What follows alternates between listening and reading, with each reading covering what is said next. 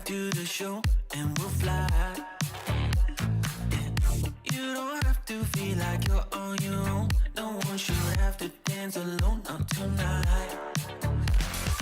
You and me, we're gonna write a little history.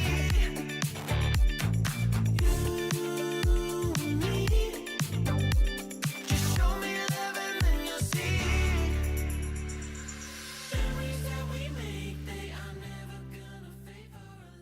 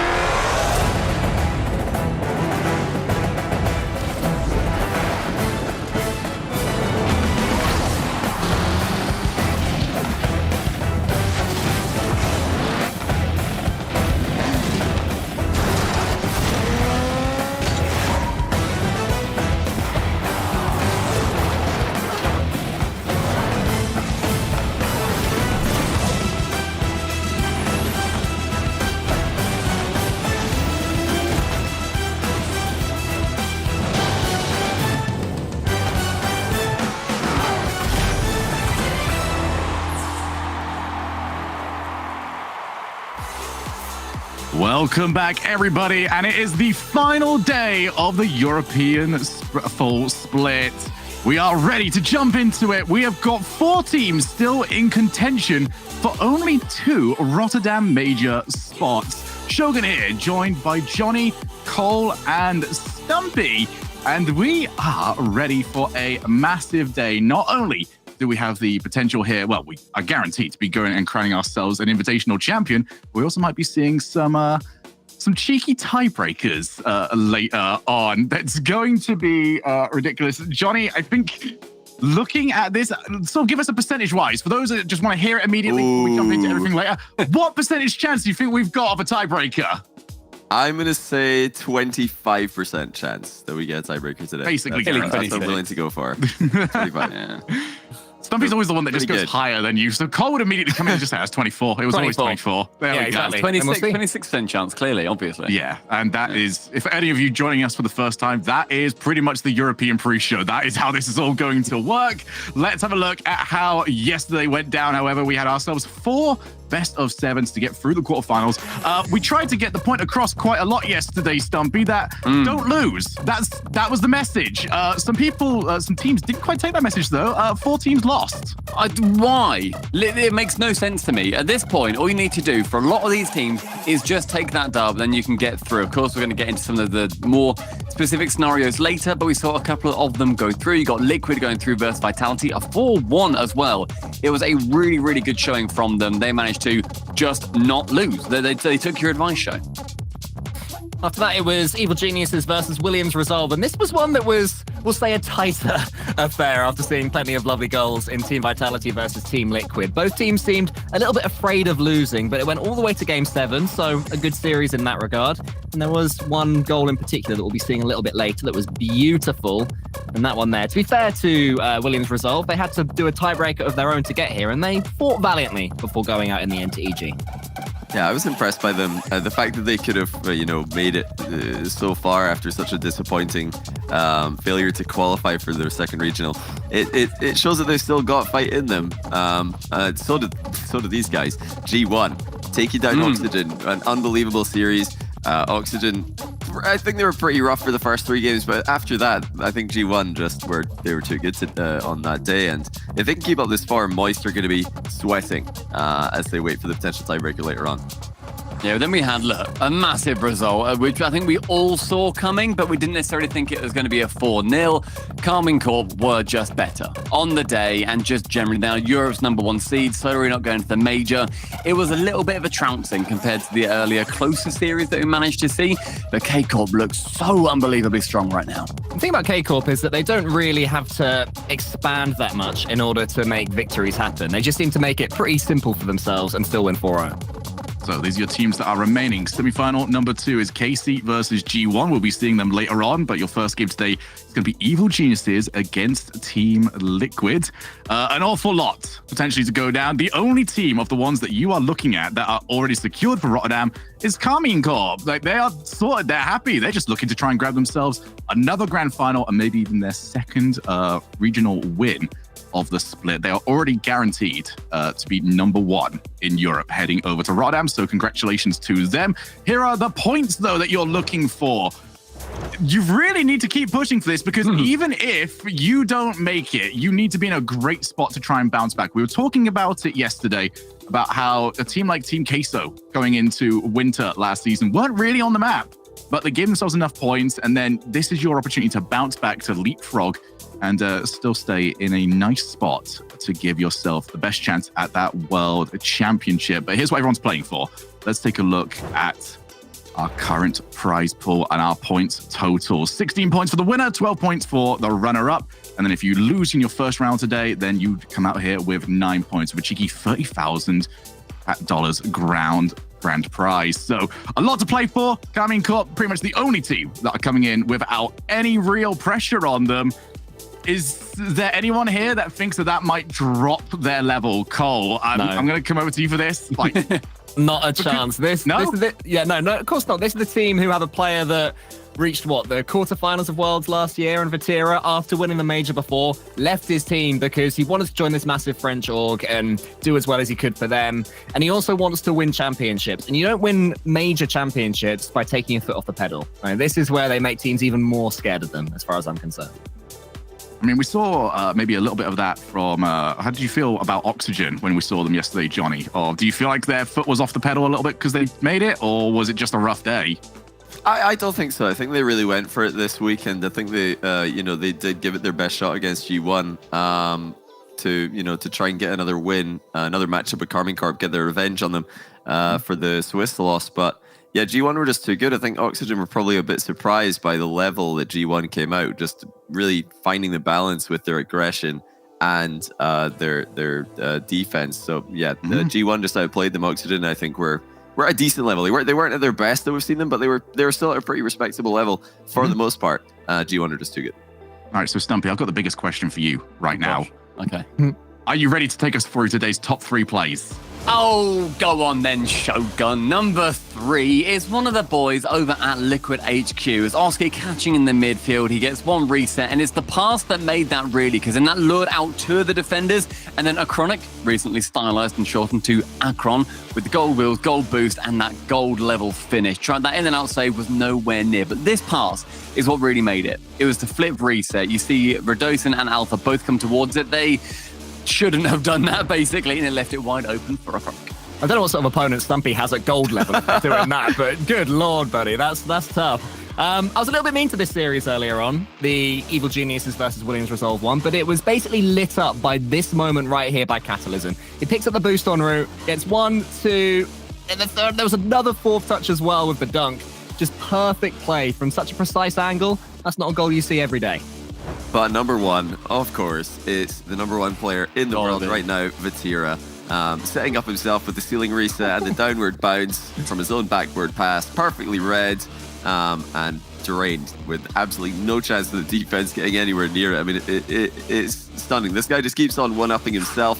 He really is good. I think he's got no competition right now for best in EU, and it's always going to be up for debate who the best in the world is. But I think right now, Vatira, he's that guy. I think Stumpy has just revealed that he's been playing in the freestyler lobbies. That sounds like to me, when I said gold level, it's in like gold. Oh, good.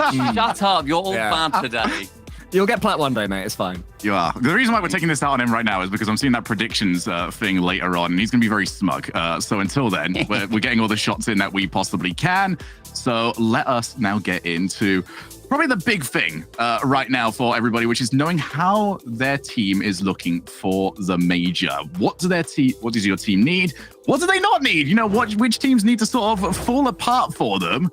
So here is your current leaderboard going into today. Still, only 3 teams are qualified. Quadrant, Oxygen, and Karmine Corp. This is kind of the opposite of what we've had quite a few times, where it feels like things are already decided. We have no idea what's decided. That, by the way, Show, is the first time it's happened in EU or North America that we've gone into the Championship Sunday, the third regional, and we've only had 3 teams that are qualified for the major. It's so close and unpredictable right now. And you saw earlier on when we did bring up the amount of points that you can get, it is 3 extra points. So you're bouncing from 9 to 12 if you get past your semi-final, and then you bounce from 12 to 16 if you win the grand final. So let's talk about what the teams need at the moment. Again, we'll start with maybe the simplest one right now. If there is such a thing for us, Evil Geniuses have to win the regional. Easy. There is nothing else that is allowed. Easy, just win it though. Just win. Just win. Their entire road involves getting past Team Liquid and then getting past either G1 or getting past Karmine Corp. So, yeah, fantastic. Great. Just a whole bunch of teams that know. Well, one amendment, though. Since that is the first match of the day, if I'm not mistaken. It is. So, right. There we go. I found it. Yeah, they're about to become the biggest Oxygen fans. Because they won't pass Team Liquid either. Yeah, no, they just got to win. Johnny, I think it always boils down to just win, mate. But is it just win? No, it's not just win the whole event. Because if they win the semi, so if they beat Team Liquid in the semi, they're going to pass Team Liquid and G1 temporarily. Then if they'll become, that's what I mean. They'll become the biggest Karmine Corp fans. Because if Karmine Corp beat G1, that will enable EG to qualify without beating Karmine Corp. So they can qualify with just the semi-final win, but they absolutely cannot lose that semi-final. I think we should also then jump over to their opponents, Team Liquid. You're going to hear an awful lot about this. You know, the sentence that Johnny mentioned there, hoping that G1 lose.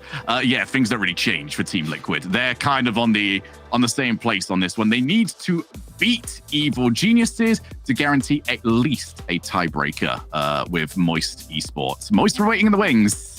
Yeah, but I mean, I think for Team Liquid, they'll be pretty happy with the way that this playoff bracket panned out. Having Evil Geniuses and Williams resolve, whichever one of those 2 teams won, Team Liquid would be thinking, yeah, we'll take that with Karmine Corp, Oxygen, and G1 on the other side. Yeah.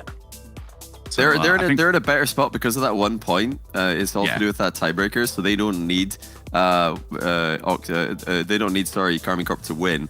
You know, they could face G1 in the final, and even losing that, they'd still have a tiebreaker. Whereas EG, if they face G1 in the final and lose, they're just out. So they're in a slightly better position, but still going to be massive KC fans for the semi-final. Yeah, maybe the team that has been unfairly vilified by every other team out there. Let's talk about G1. Their road has not got any easier. Everyone was hoping that they were going to lose. Yesterday, they did not. They stepped up massively against the first regional winners. It doesn't get any easier today. They now have to take on the second regional winners in the form of Karmine Corp, beat them to guarantee at least a tiebreaker with Moist. So if G1 and Liquid win theirs, it is winner move on, I believe. Yep. Loser comes back and plays Moist. Yeah, that's right. I'm just trying to think of the story here. So if G1 make it Which through... one? This is like a choose your adventure branching paths. If G1 make it through, then Mark by 8 was dropped by BDS in winter. He then sat on the bench while his team went on to win Worlds. He's the loser, right? But then now BDS haven't made the major, and he will potentially make the major. So who ends up being the winner and the loser out of that? You can tell that Cole's a scriptwriter when he's got them in his head. Here. There's a documentary coming to your screens very soon by the field. I mean, winning Worlds is a little bit better than qualifying for a major. So they've got a ways to go before they match that, but still, it would be a great redemption for Mark Bay if they could make the major, show that he's Mark is my world champion. That's all I'm saying. And for Moist Esports, who have had an awful lot. I mean, it's no different for them, really. Moist Esports have never made life easy for themselves, but this one has been especially difficult for them. They are the biggest K-Corp fans in the world right now. It all goes back to Vatira, hoping that he can take down G1. If G1 are eliminated in the semifinals by Karmine Corp, Moist are in. Happy days. You know, it was looking like it was almost guaranteed, even despite the fact that they went out so early. And then suddenly you get a little bit more worried. But if it is Liquid versus G1 in the finals, as I previously mentioned, they will take on the loser of that. So even then, you'd say they might be going into that as the favorite since they would be going in fresh. But I feel like the awkward part of this is that they have to wait until after the next semi-final to figure out if they are playing. So they'll be watching it, watching it. Oh, we got to go and warm up. But they want EG to win. Moist fans who are going to be watching nervously the first semi-final, you do want EG to win because that's that gives them one other way that they could just qualify directly. Of course, that being, apart from G1 losing their semi, G1 winning the entire thing. So they'd go from being the biggest G1 haters to the biggest G1 fans because G1 could then help them. If G1 beat EG in the final, Moist will directly qualify. So many scenarios, but we're going to keep you up to date throughout the day. With how they'd adapt. For now, everybody who is at G1 wants G1 to lose, and G1, of course, wants G1 to win. It's pretty simple. Think about it like that. We will obviously just say it again before every single match. Just make sure that you're all up to date. But if you do want to be the smart one, someone turns around and just goes, so what's happening here? You just go, I know this. I was listening to the pre-show. You can be the smart one by having paid attention here and now. So let's move on to our next subject, shall we? Leading questions. We want to do this one again because Stumpy wasn't here for this last time. It looked like a lot of fun. Johnny made a good point about Mina. So yeah, I want to see what he's got today.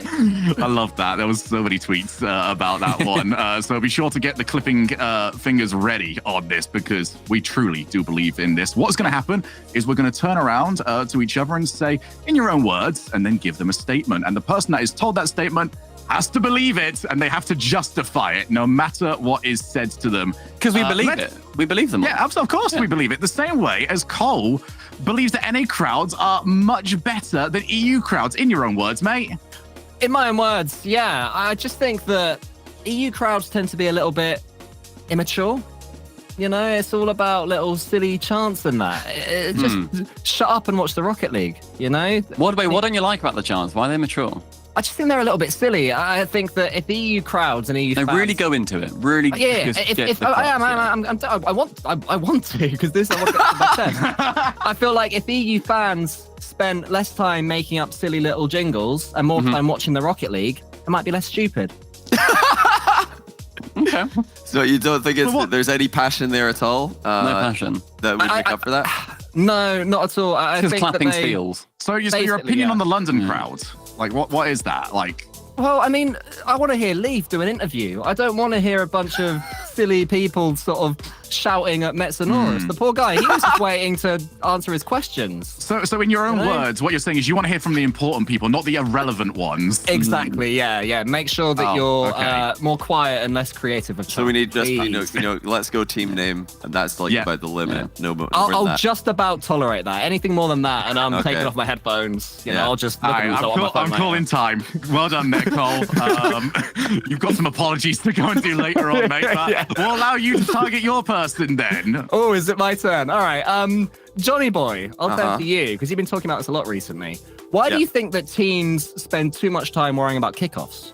I mean, yeah, obviously I've been very critical of teams for wasting their time.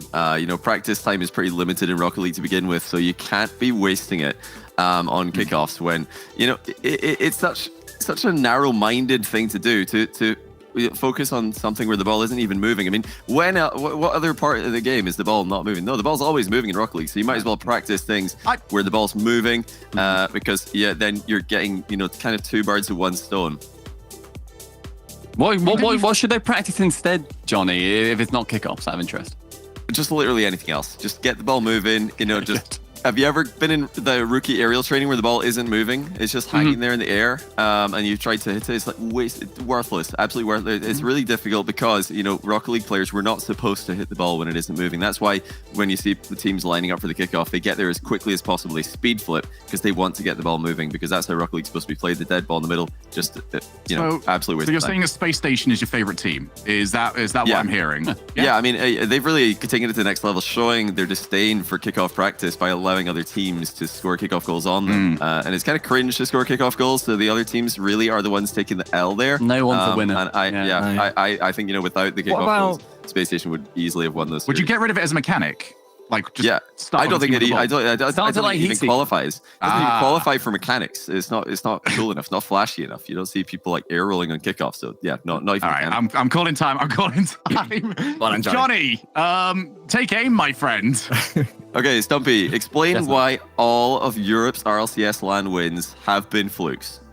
Well, have you seen how Europe play? Like, what do we do? What? So there's a lot of mechanics that go into it. But again, what they need to be doing instead is making sure that when they're staying nice and grounded, that they're going for a lot simpler plays and not going too flashy. Again, with it, I kind of side with you on the kickoffs. And when you look back at the history of the RLCS LAN wins, sure, North America, they set it off right. They won the first one back in season 1. Oh, what? And then Europe won 4 on the trot. It was just luck. There was nothing but that. It was just kickoff goal, kickoff goal, kickoff goal. Wait. Back to normality.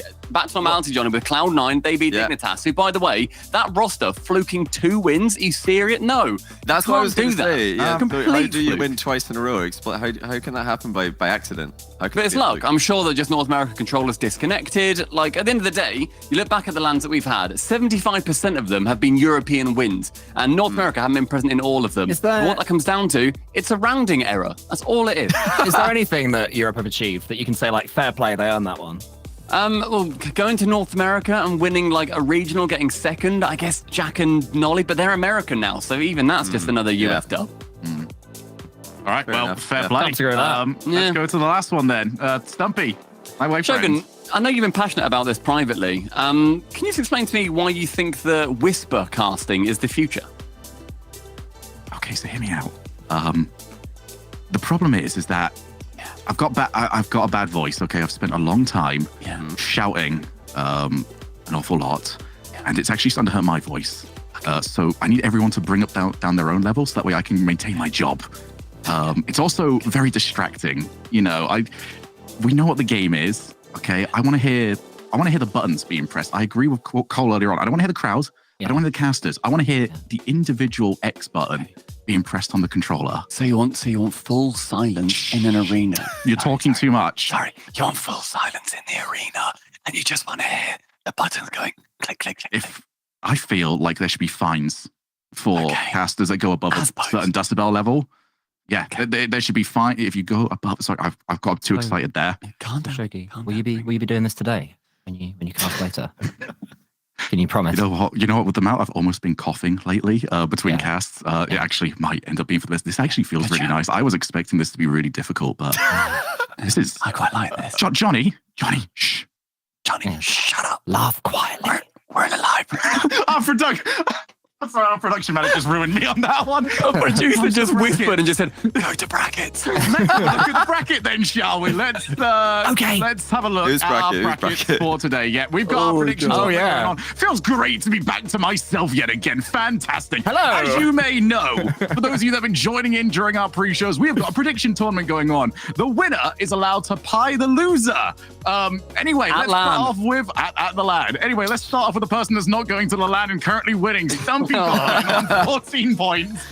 Let's have a look at your bracket. We're going to whiz through these and then start questioning some of them. I can't catch this, so I'm not going to lie, Stumpy. I don't really care about this. Let's move on to Johnny. I can catch Johnny. Wait. He is on. He's on 11 points. He's on 11 Johnny, have we got the same? Well, Johnny, we've got the same. Johnny. Go. Okay, right. So whatever Johnny gets points-wise, I get points-wise. So I think I've confirmed the dub. Cole. Unless you're wrong all the time and Shogun overtakes you. But let's have a look. He literally can't. Oh. Cole, let's take a look at yours. Cole is 1 point behind Johnny at 10 points. Let's see. Oh, it's all very similar. You can't catch me. Call it a draw. So we've locked in. First and second, unless Shogun comes back and overtakes me and Cole. So I want to preface this one with, at midday yesterday, I was 3 points behind everybody. Definitely. I am now 1 point behind. As we bring up my bracket, hopefully getting 9 there's points. no way. This got huge. Yeah. He's flipped everything. Oh, wait. So, Not everything. So He's got liquid through. The way the scoring works as well is if your finalist, if you pick the right person to finish second, that's another point, and the right person to win, you get another point. So there's 4 points on offer. So today. he's got 3 different. We all went liquid with semi, but he also had liquid in the final. So that means that Shogun could pick up 3 additional points on top of all of us. I can leapfrog Johnny. Shogun gets second, but what I would like to say, Cole could lose. Cole could lose this. Cole's going to lose. It's it would be so funny if Cole, after all of his confidence, loses on the last day. That's classic be me, sure let's be to honest. Also, if Cole ends up losing this, be sure to remind him that he was 3 points ahead yesterday, and then pick Williams' resolve to beat Evil Genius. I can't believe that. I know we said the winner would do it, but like, I feel like Shogun should at least be part of the pieing if he does that massive comeback. You know, I feel like Shogun's earned the right. could have it. Well, I He won't could have be. I'm so annoyed because if I've guaranteed the win already. I have won the predictions no matter what happens. Yay for me. It feels a bit hollow because the games haven't happened yet. But I guarantee that for both winter and spring, I'm going to be there and I'm going to lose. I bet I'm going to come last in the other ones. I'm never winning this ever again. Yeah, true. I'm fuming. Twitch chat are really winning, by the way. Twitch chat's predictions going for the popularity contest have been stunningly accurate this split, so keep it up, guys. Great. Well done. I mean, they've kind of, been helped out by the fact that KC is so popular and also so good. If KC maybe won at this level, and for Twitch chat, their unfortunate streak ended yesterday. They had 9 predictions right. They ended up dropping at 10, but I believe that they've also got it back. So you're back to 1. All right. Today, your opportunities increase to put yourself in another big streak. Hey, 9 was good last time. Maybe you can beat it this time around. Let us get ourselves ready for the kickoff, shall we?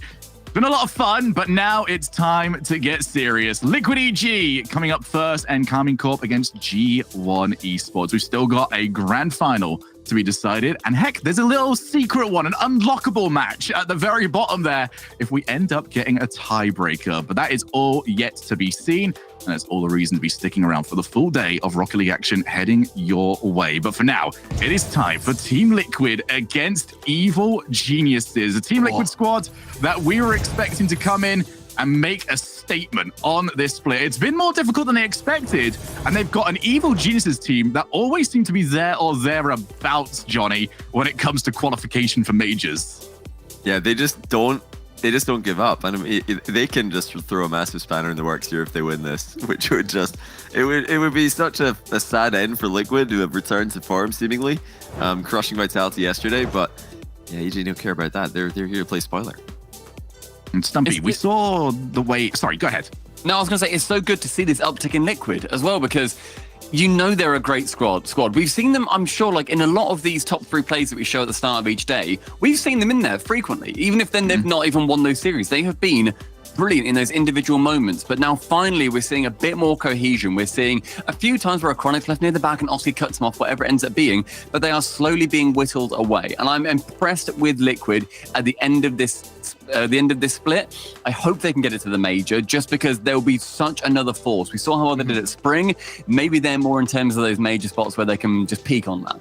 What I would say as well, as far as Evil Geniuses are concerned, they can't go into this from the same play style they had yesterday against Williams Resolve. They have to show more creativity and bravery, because otherwise Team Liquid, they're a team that have the mechanics to just pick you apart completely. So I'm hoping we see Evil Geniuses being a bit more confident in going forward this time around. All right, well, let's find out what you at home think. We already had our predictions out there earlier on. Let's see whether or not a new streak is about to start. Hashtag TL for Team Liquid, hashtag EG for Evil Geniuses. One of the easier ones to figure out which team is which over on this. So get your predictions in and we'll find out what you guys thought just a moment, in just a moment. Let's put ours back out there again. We're unanimous. Look. We're all we are unanimous. Yeah. We're all Which liquidy means people. We're so sorry, Team Liquid fans. We didn't know this, by the way. We have to always say we these are submitted completely anonymously, so we don't know until we see that it is in fact unanimous. But there you go. We've cursed them. I think I was going to say, Sho, quickly, that EG have definitely got a chance here. Just because all 4 of us are gone for it does not mean that EG don't have a chance. I fully agree with what Cole said. They need to have more to them than they had yesterday. They scraped past Williams Resolve, a team that they should be beating a little bit more comfortably than they were. And it was a very uninspired series from both teams. I want to see more from EG that we saw, especially Catalysm getting the top 3 play, like that kind of weird stuff. Bring it out again. You just throw it to the face of Liquid.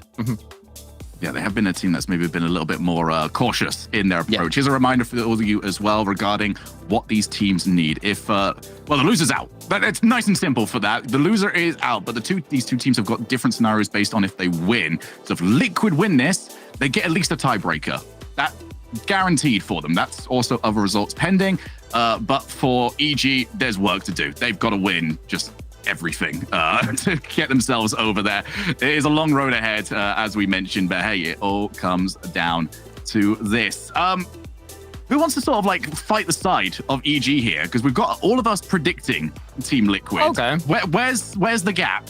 Yeah, I think the gap for Evil Genius is, one, there's the obvious chance that Team Liquid might just collapse and play awfully. We have seen it happen on multiple occasions, this split Stumpy and I have on their team stream. So that's by no means out the window. To us, for Evil Geniuses winning it for themselves, Capitalism in particular, he is a brilliant striker. He's capable of scoring great goals, and Tox has brought with him just a little bit more creativity that perhaps they lacked with Rizex.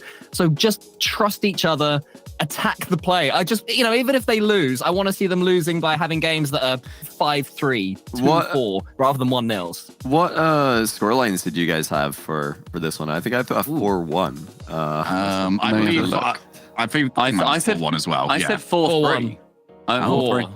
Okay, so Stumpy's thinking the closest, I suppose.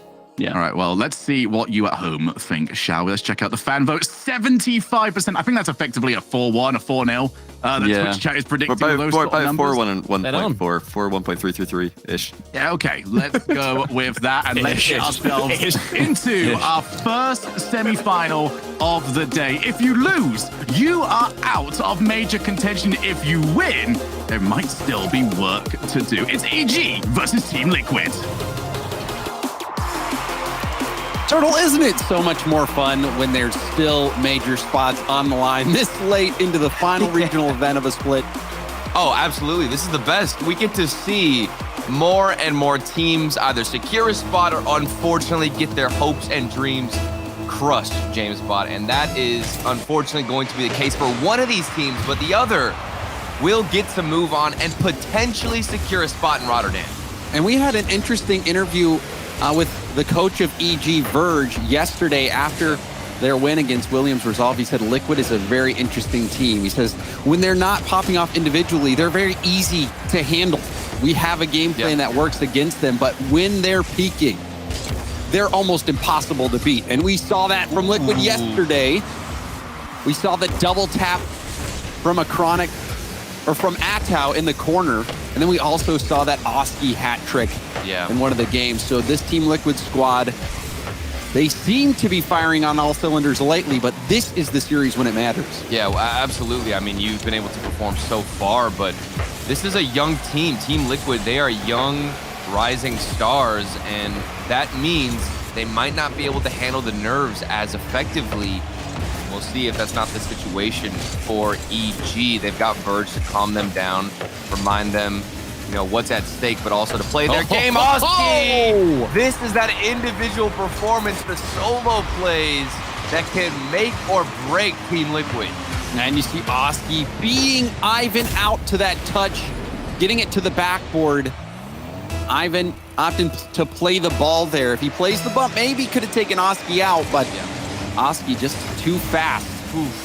That's a difficult sign right away, James. You're talking about how Verge was speaking on whether or not Team Liquid would show up, and I think the first goal might be an indicator that they're here to perform, and their mechanics are sure on point. It might be. And if you remember yesterday, Turtle, the Williams Resolve EG series, we had a lot of 0-0 overtime, so it was EG really struggling to put numbers up, whereas Team Liquid, they're a scoring team. Yep. Most of the time, those games actually ended up being whoever was able to get a goal in regulation would just go on to win that individual game. So EG, they already have their work cut out for them. Got to get on the board early. They've got to do it against a very fluid and consistently mechanical team that is Team Liquid. Down a chance for Acronik. Nice bounce out. First touch to a flip reset. Going for the backboard. Ivan there waiting. 50-50. Picked up by Oski. Weak shot towards net. Blocked by Tox. Tox, the player Verge was saying, is that back line defender. That consistent rock for EG to build on. But look at the mechanics. Oski almost landing a double flip reset. But still denied by EG, so they're at least able to get around some of those mechanics. Acronik was going for a cheeky shot on the left side. That had so much pace behind it. EG have held their own for the most part, only letting in one goal. They've already had to deal with 8 shots from Team Liquid, and that's another one, gonna make it 9 shots in total. Having to deal with this offense is got to be very frustrating. And we'll see if EG can transition out. I'm not sure if they'll be able to find somebody downfield because all 3 players are forced to rotate back immediately. And you're seeing solo play opportunities. Atao going off the ceiling, even considering that flip reset. Tox up to Catalysm. Catalysm will poke it high, trying to make things awkward for Acronik. But Acronik finds Oski. Atao taking over the play. Double tap off the sidewall. Now going for another touch. Ivan up the wall to Catalysm. No, he stays with it and gets the demo. Maybe this will be something for EG. Catalysm looking for the ground double tap. Oski not the best. Double commit. There's a double commit from Team Liquid, but Oski will clear it out, and Atao tips it away from Catalysm at the midfield. And we just needed a quicker challenge from Ivan. You need to be able to punish. That was a double commit, a huge opportunity that is going to go wasted for EG just because Ivan couldn't get up in time and wasn't as aggressive as he needed to be. Approaching the final minute, still scoreless is EG. EG's still very much in this ball game despite being back on defense the whole time because there's another double commit from Team Liquid, but Acronik will find Oski at the midfield, and both times we've seen Team Liquid double commit, they do have that last player back, find the outlet pass, and they get a little deflection at midfield to buy more time for themselves. Relying so much on that third man to be able to at least get that clear or find a touch. That has been the saving grace for Liquid. For EG, they just haven't had anybody aggressive enough to punish, to be in the face of Team Liquid. And here comes Acronik, a big clear down the other side. Oski, that speed coming in handy, winning out a challenge in the midfield. In the final few seconds, dwindling down. EG, they've got to get something within the final 10. Catalysm, slow plays. Could be it. Back pass to Ivan. Ivan does dodge a bump, couches it into a dribble, but Atao will end it, and that is a theme that we saw this game. One player back for Team Liquid, all the pressure on their shoulders, and they handle it nonchalantly. And that's going to happen a lot with the way Team Liquid like to play. It's very aggressive. Sometimes they'll send one, and most of the time 2 players forward, with one player going for that solo play with mechanics. The second one will follow, and that just leaves one defender back. But for Team Liquid, it hasn't made that big of a difference, at least in the scoreline, because they've been able to clutch things up, find that challenge, or at least get one solid clear as that last player. And EG, this is a very difficult matchup for them because they have to control the game so well, James. But with how defensive they're trying to play and how quickly they have to rotate back, if they just keep booming the ball down the other side, they're never going to get any possession. They're going to be stuck in their own half. So controlling the pace and controlling this ball is the most essential part of their game plan. And I believe we saw Ivan try to do that near the end of the game. And he got into a 1v1 situation. I believe it was with Atao. Yeah. But they couldn't convert on that. And the offensive struggles, I guess you can say, for EG continue. We saw them not score many yesterday, but they still pulled out the win. Weren't able to score this last game, but to their credit, they kept Liquid to only 1. Here we go, Catalysm, nice flip reset. Definitely something more creative, and another follow-up 50-50 from Ivan, but Oski is trailing close behind. 2 players are back for EG. More defensive from them. Very much expected a good demo from Acronik. Maybe demos are something that could be implemented too. The physical gameplay was something that we got glimpses of yesterday. Tox looking for Catalysm on the far side, but he doesn't find him. Oh, and you see Oski bumping Ivan. Back pass. Atao will control it. Half a tank of boost. Enough to get back to the ball. Did get a little tip. And now a bump from Oski on Catalysm. Acronik, the shot. Ivan was in reverse, but Tox had that back post covered. 2 players in net. Very defensive stuff from EG.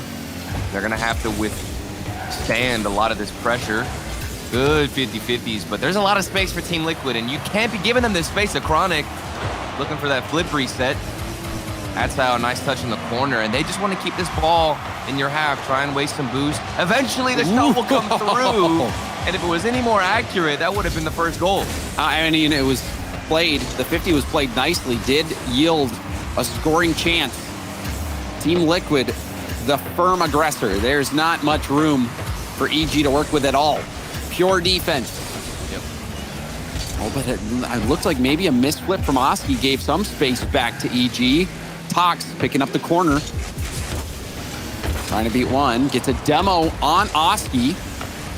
Atau keeping the play going, but Ivan will be able to look for Catalysm, but Catalysm had 0 boost. Easy save there for Acronik. I still do really like that, though, from Catalysm. Even if you have no boost, they've got to have somebody downfield to receive it. This is a good passing play, Tox, and he was looking for the third player. I believe Ivan could have been there extending the rotation, but he opted to go back instead.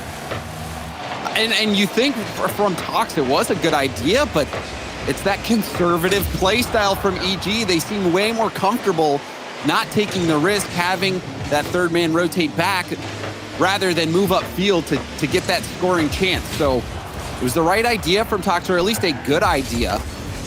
But everyone has to be on the same page for that play to work, and EG just wasn't. It might just be a mindset thing, too. I mean, if you come into this series expecting Team Liquid to be the faster team, expecting them to come out with better mechanics, it makes sense why you're going to shy away from certain risky plays like that, James. And I think just understanding how the play will develop and, of course, having the communication come through from your teammates, that is just such a pivotal thing for this team. Meanwhile, Team Liquid, the barrage of shots, finally going to set up an opening for Acronik.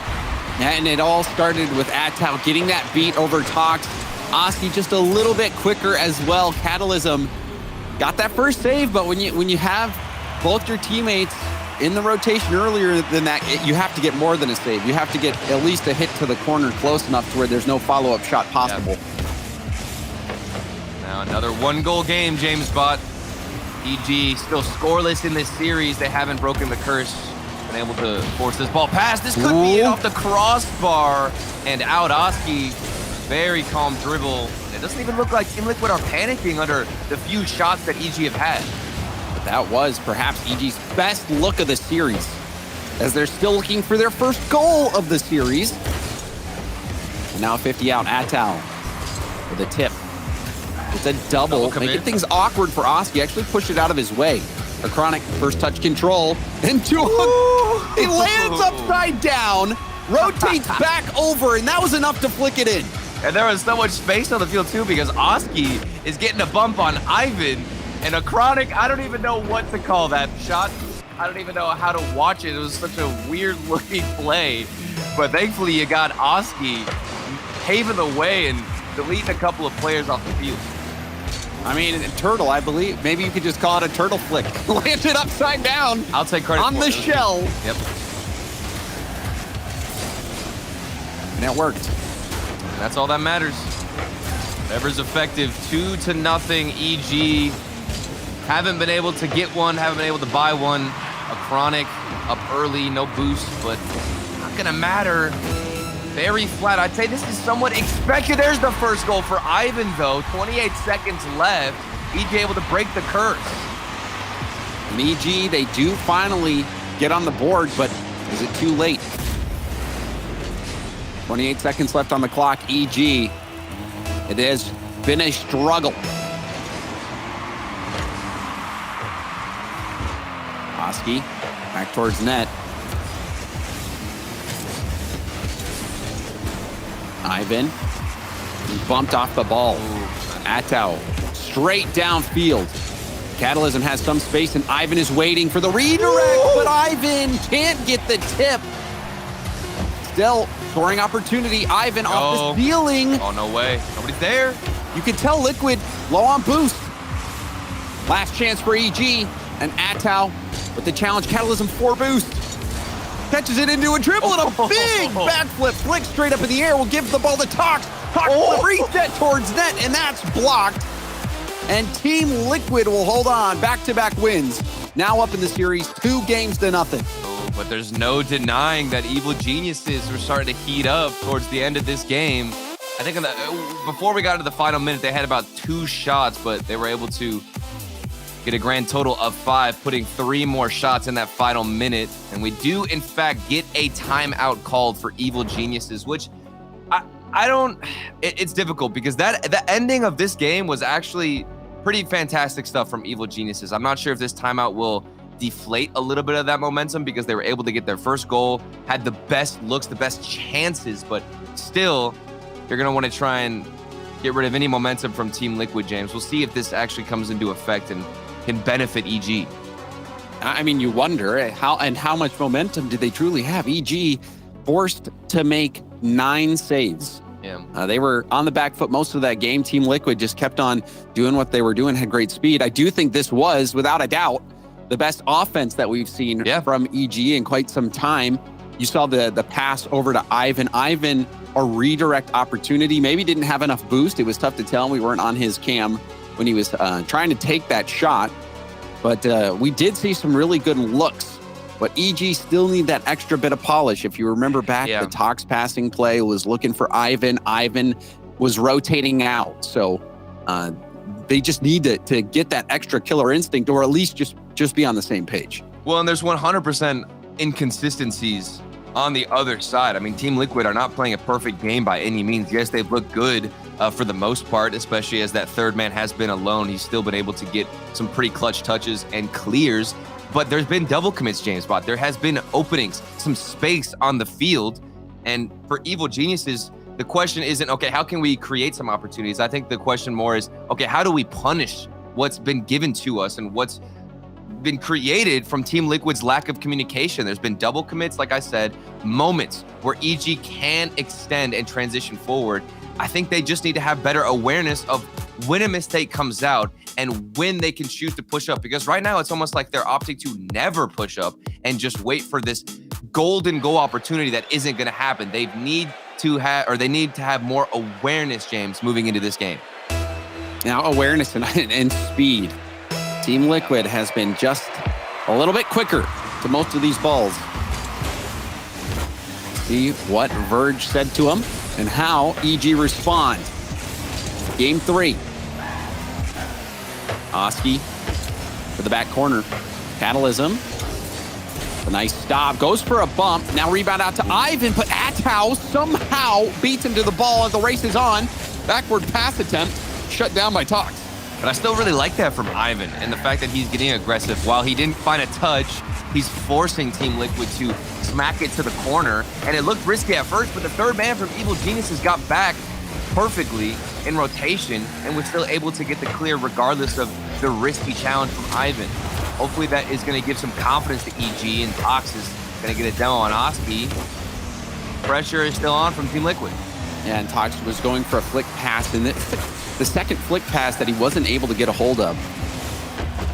Just kind of rolled off his car back to Team Liquid. Nobody's challenging, James. Oh, and that's dangerous. Still dangerous. Acronik will tip it up high. Atau hard off the sidewall looking for Oski, and he finds him. Atau the follow-up. Ivan blocking the middle of the field and gets a pinch clear out to the mid. Oski will turn. Gives up possession, but a tip from Oski will find its way over to Acronik, who punches it down to Atau, but the 50 from Tox looks good. Oski there to bounce it back out. Shot opportunity potentially. Ivan will hit it off to the side. We saw no contact there by Team Liquid, but it looked like Ivan was still thrown off. Double commit. Tox trying to get that downfield, but Oski slowing down the counterattack. Backboard is clear, slows the goal line, but Tox swoops in. The demo wasn't enough to beat out Tox, who was able to streak back just in the nick of time. Yeah, the hero for EG. Catalysm had gotten bumped, taken out the play. He was the last defender. Tox swooping in right when he needed to. And that's where the defensive play style is going to come out and honestly be very, very beneficial for this team, because you get demoed and you're not the only man back. You've got Tox rotating in. If that was Team Liquid and that third man got demoed, it would have been a goal for sure. Ivan, another save for him, carrying it to the sidewall. EG stuck in their own half, but they've at least been able to hold Team Liquid scoreless, which we haven't been able to say in previous games. Oski getting bumped off the ball from Ivan. Oski trying to get back to shoot on that open net. Just extra touch from Oski. A tip from Catalysm. And EG are playing with fire. Yeah. Not a lot of room for mistakes, though, James. These touches have to be precise from EG. You're right in front of your own goal. Gotta make sure you're finding the corner, or at least a teammate, and Ivan didn't find that touch, but he's still bailed out by Tox. Catalysm flip reset towards net. Atau clearing it up to the midfield. Another 50 from Atau. He blazes it past Ivan. Oski trying to cut around one. Atau threatening the bump. First touch control from Acronik, taking it straight up in the air and around Ivan. Flip reset. Ooh. Double commit from Here we Team go. Liquid. 3v1. The counterattack is on. 1v1. Catalysm flicks it. He's got to shoot it into an open net. And he hits it off the post. But fortunately for him, Ivan is there to secure Oh it. my goodness, this could have been a disaster.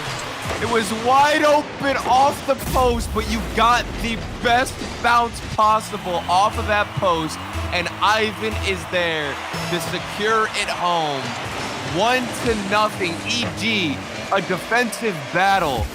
They stand tall, and they get the transition they've been looking for. We saw hello, immediate response from Acronik, and Team Liquid tie it up. Yeah, Team Liquid are frustrated about that last goal for sure. Oski over one. Tox, he can't bail out his teammates again for the third time. He was on the backboard, and that was too difficult of a read. They're about to, sing the praises of Evil Geniuses, but Team Liquid quick to respond. Atau, good speed. Another 50. Tox hammers it to the corner. Was hoping Oski would miss it, but Oski will roll it down the sideline and gets the demo on Catalysm. Tox staying upfield. The dunk over Atau. Oski trying to throw off the oncoming attackers right behind him. Ball finds its way down to Catalysm. First touch control, second touch shot, and scores it. Catalysm fighting back to get the lead for EG. And there's the risky rotation. Ivan, he doesn't go back immediately, gets the bump off the backboard. He flops down and then uses his flip last second. Brilliant play, brilliant execution. Evil Geniuses, they've shown up in game 3. Ivan almost getting the security goal, and Catalysm will do it. Catalysm, who was the man for EG yesterday, proven to be the man here in game 3. Yeah, and there's been a lot of moments where, you've got Tox, Catalysm, Ivan bailing each other out and having their backs whenever they can't get the proper touch, whether it's on defense or whether it's taking the shot on target. And you're absolutely right. Catalysm has been the catalyst, of course, for Evil Geniuses. I still am really impressed with Ivan, though, who's been the main aggressor. He got the bump for the second goal, and he seems to be the only one more willing to extend that rotation, James, and try and make an impact on the offense. Catalysm. Oh, it's open. And it's not over yet, Turtle. No, it's not. EG giving away a soft one, and now there's 14 seconds left for Team Liquid to work with. Ooh, a difficult one for Catalysm, but an even better read from Atau.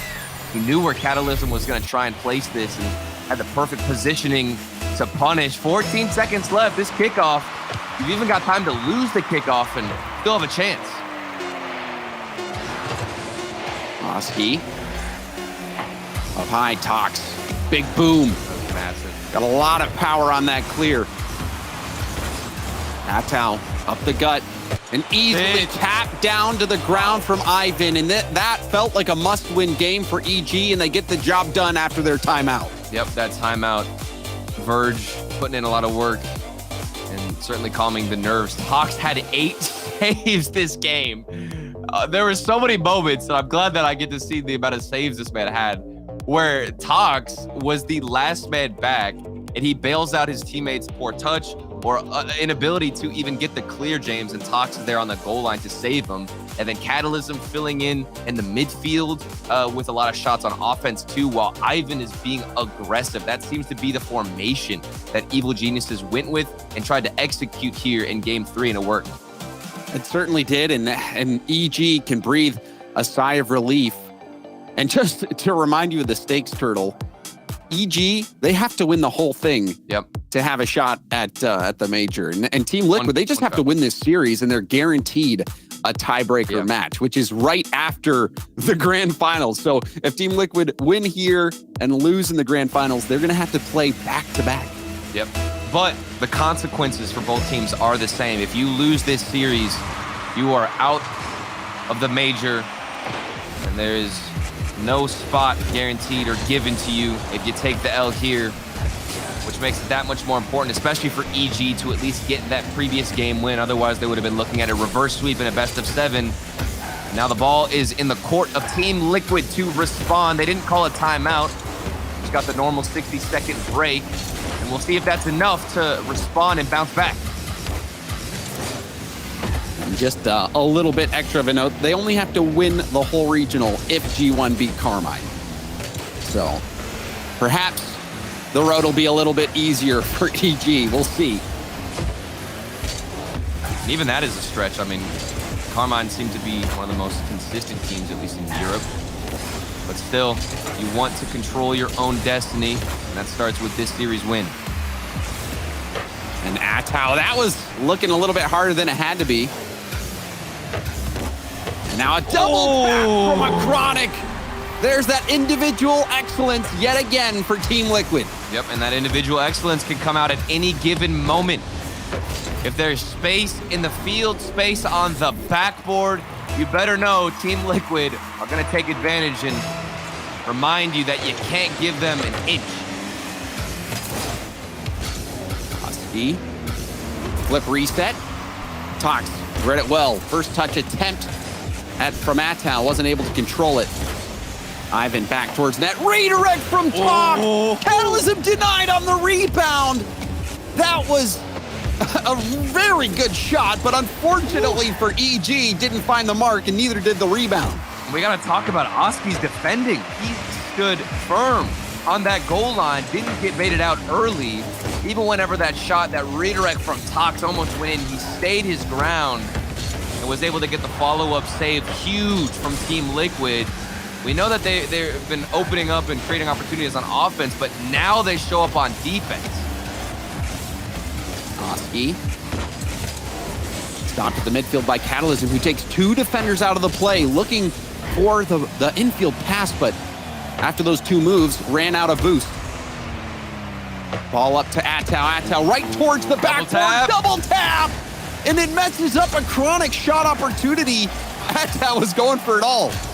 He wanted it all. A little bit of greed coming out as we approach the second half of this game. 2 demos, Atao taking everybody out, leaving only Catalysm in the backfield, but he still gets the save. It's not enough. Oski able to follow it up. Everything started with that double demo.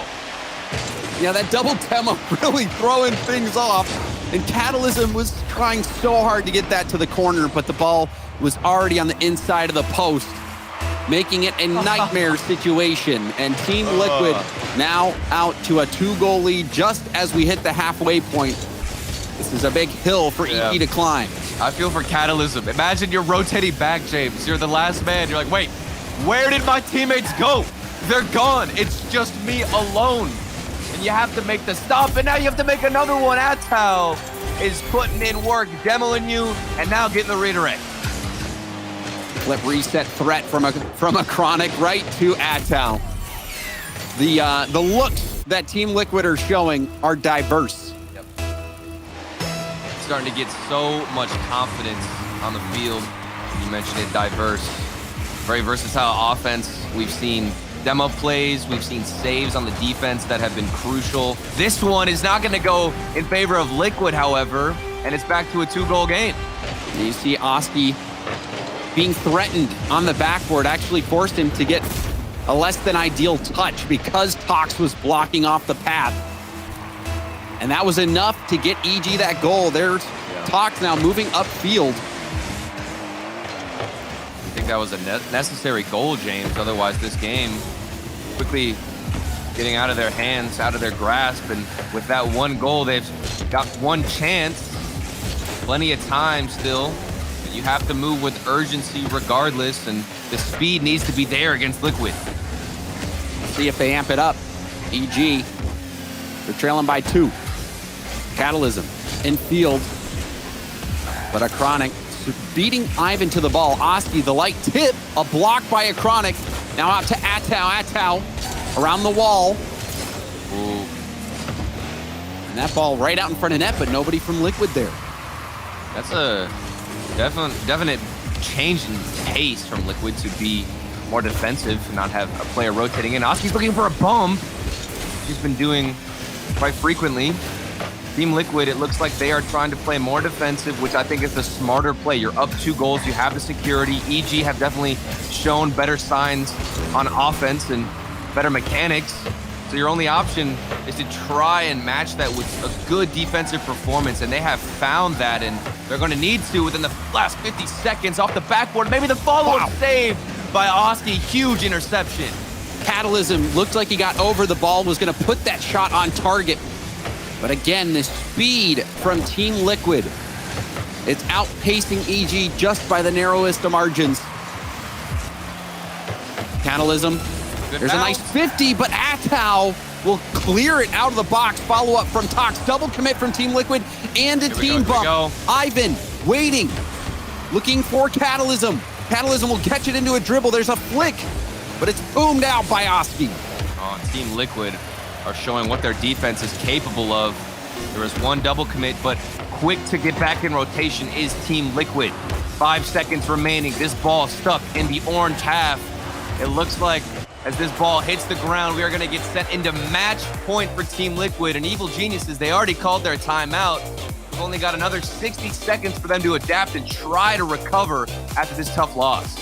And Team Liquid, this was the bounce back you expected. The timeout buff working out for EG, but like you said, Turtle, nothing to rely on now except the short break between games. Team Liquid, this would be so big for their split, for their year. This team with so much potential finally starting to live up to it.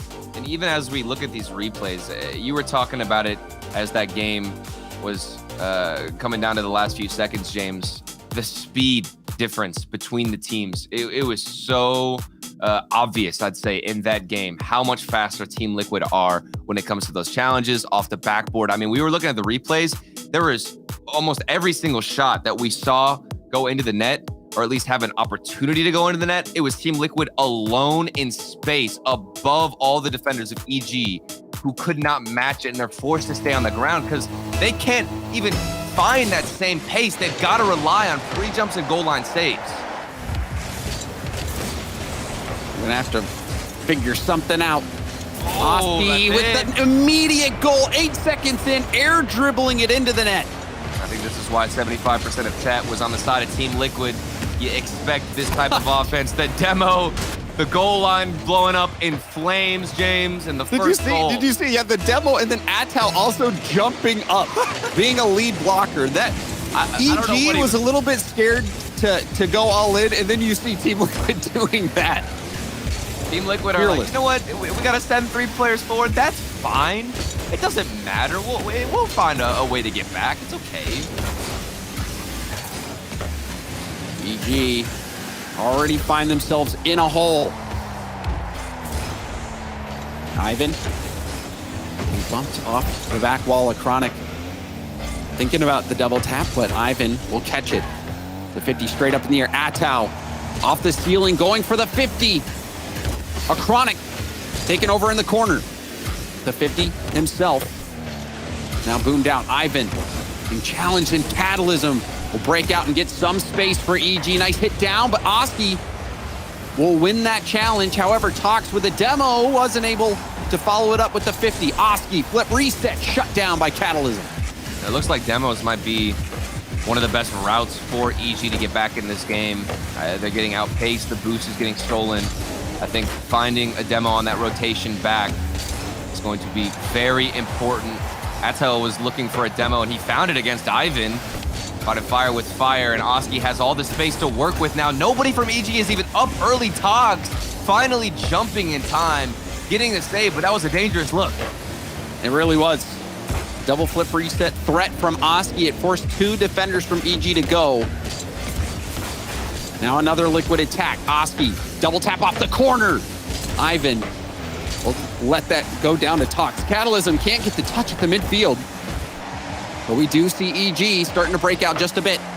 Yep. Tox in his own corner. Nice clear out, and that gets by Acronik. Quality clears from EG. Tox, quality follow-up too, winning the challenge, or at least matching it against Team Liquid, but another booming hit down the other side. Oski relieves a lot of pressure. Team Liquid are back looking for space. You can tell what they want whenever they get any bit of control. They're trying to take this ball as fast and as quickly into the air as possible. They know they have the advantage when this ball goes up. And that's where they want to keep the ball high up above the ground like this from Oski, and he's outpacing Ivan. That's exactly how Team Liquid want to play. Nice demo, though, opens up space. Attack back to the ground. And we're seeing Team Liquid have the edge in the demo game. Yeah, and the aerial game. I think for EG, the demo's working in the beginning, but now you're getting destroyed, taken out. Try and keep this ball to yourself. Go for the lower approach. Tox keeping it grounded there. I like the idea. Execution, not as clinical, but as long as the idea is there, you can build upon it. Maybe you can build upon this air dribble almost around Oski, who had him red. Acronik with a massive challenge win. Tox off the ceiling. Could be a shot opportunity for Liquid. It's a bounce shot, and that's saved by Ivan. EG split. It's coming close to ending. They must find a way to put one in. Otherwise, Team Liquid will have a fantastic shot at making it to Rotterdam.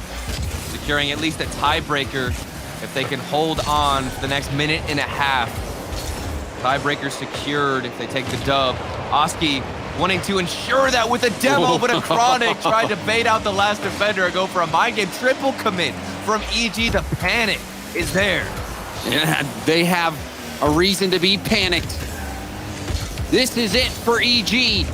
And that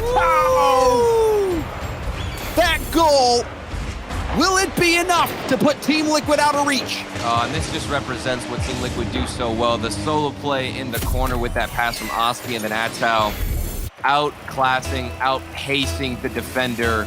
2-0 security for Team Liquid. They look to get this tiebreaker. EG, they need to make a move, make a march downfield. Time is running out. Catalysm. Flip reset. Does get the 50. And it's by Oski, but Acronik is able to get that ball off the goal line. Tox doing his best to fight through this defense that Team Liquid is throwing up, but nothing seems to be working. Oski has Acronik in the middle.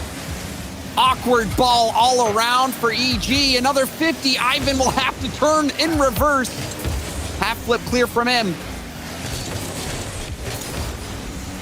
It seems like EG's wheels are spinning in the mud. They can't get that offense going. Can't get the offense going. There's barely any boost. The clears aren't finding teammates, and they are getting denied every single time they try to break out of their defense. No time left. A 2-goal lead is going to secure it. Even if EG get a goal, they won't. The ball hits the ground. Team Liquid take the win and secure a tiebreaker for Rotterdam. Team Liquid moving on to the grand finals. This team of young guns showing that they've got quite the arsenal. Team Liquid taking down EG, and it only took 5 games, Turtle. It was a dominant performance from Team Liquid. Very, very dominant. EG, they were able to get the timeout buff and at least slow down some of the momentum from Team Liquid, but they couldn't sustain it. They couldn't sustain the speed. Ivan definitely was doing a lot of work on the offense, but it was so hard. If you can't match the pace, if you can't match the 50-50s, you're getting demoed as well.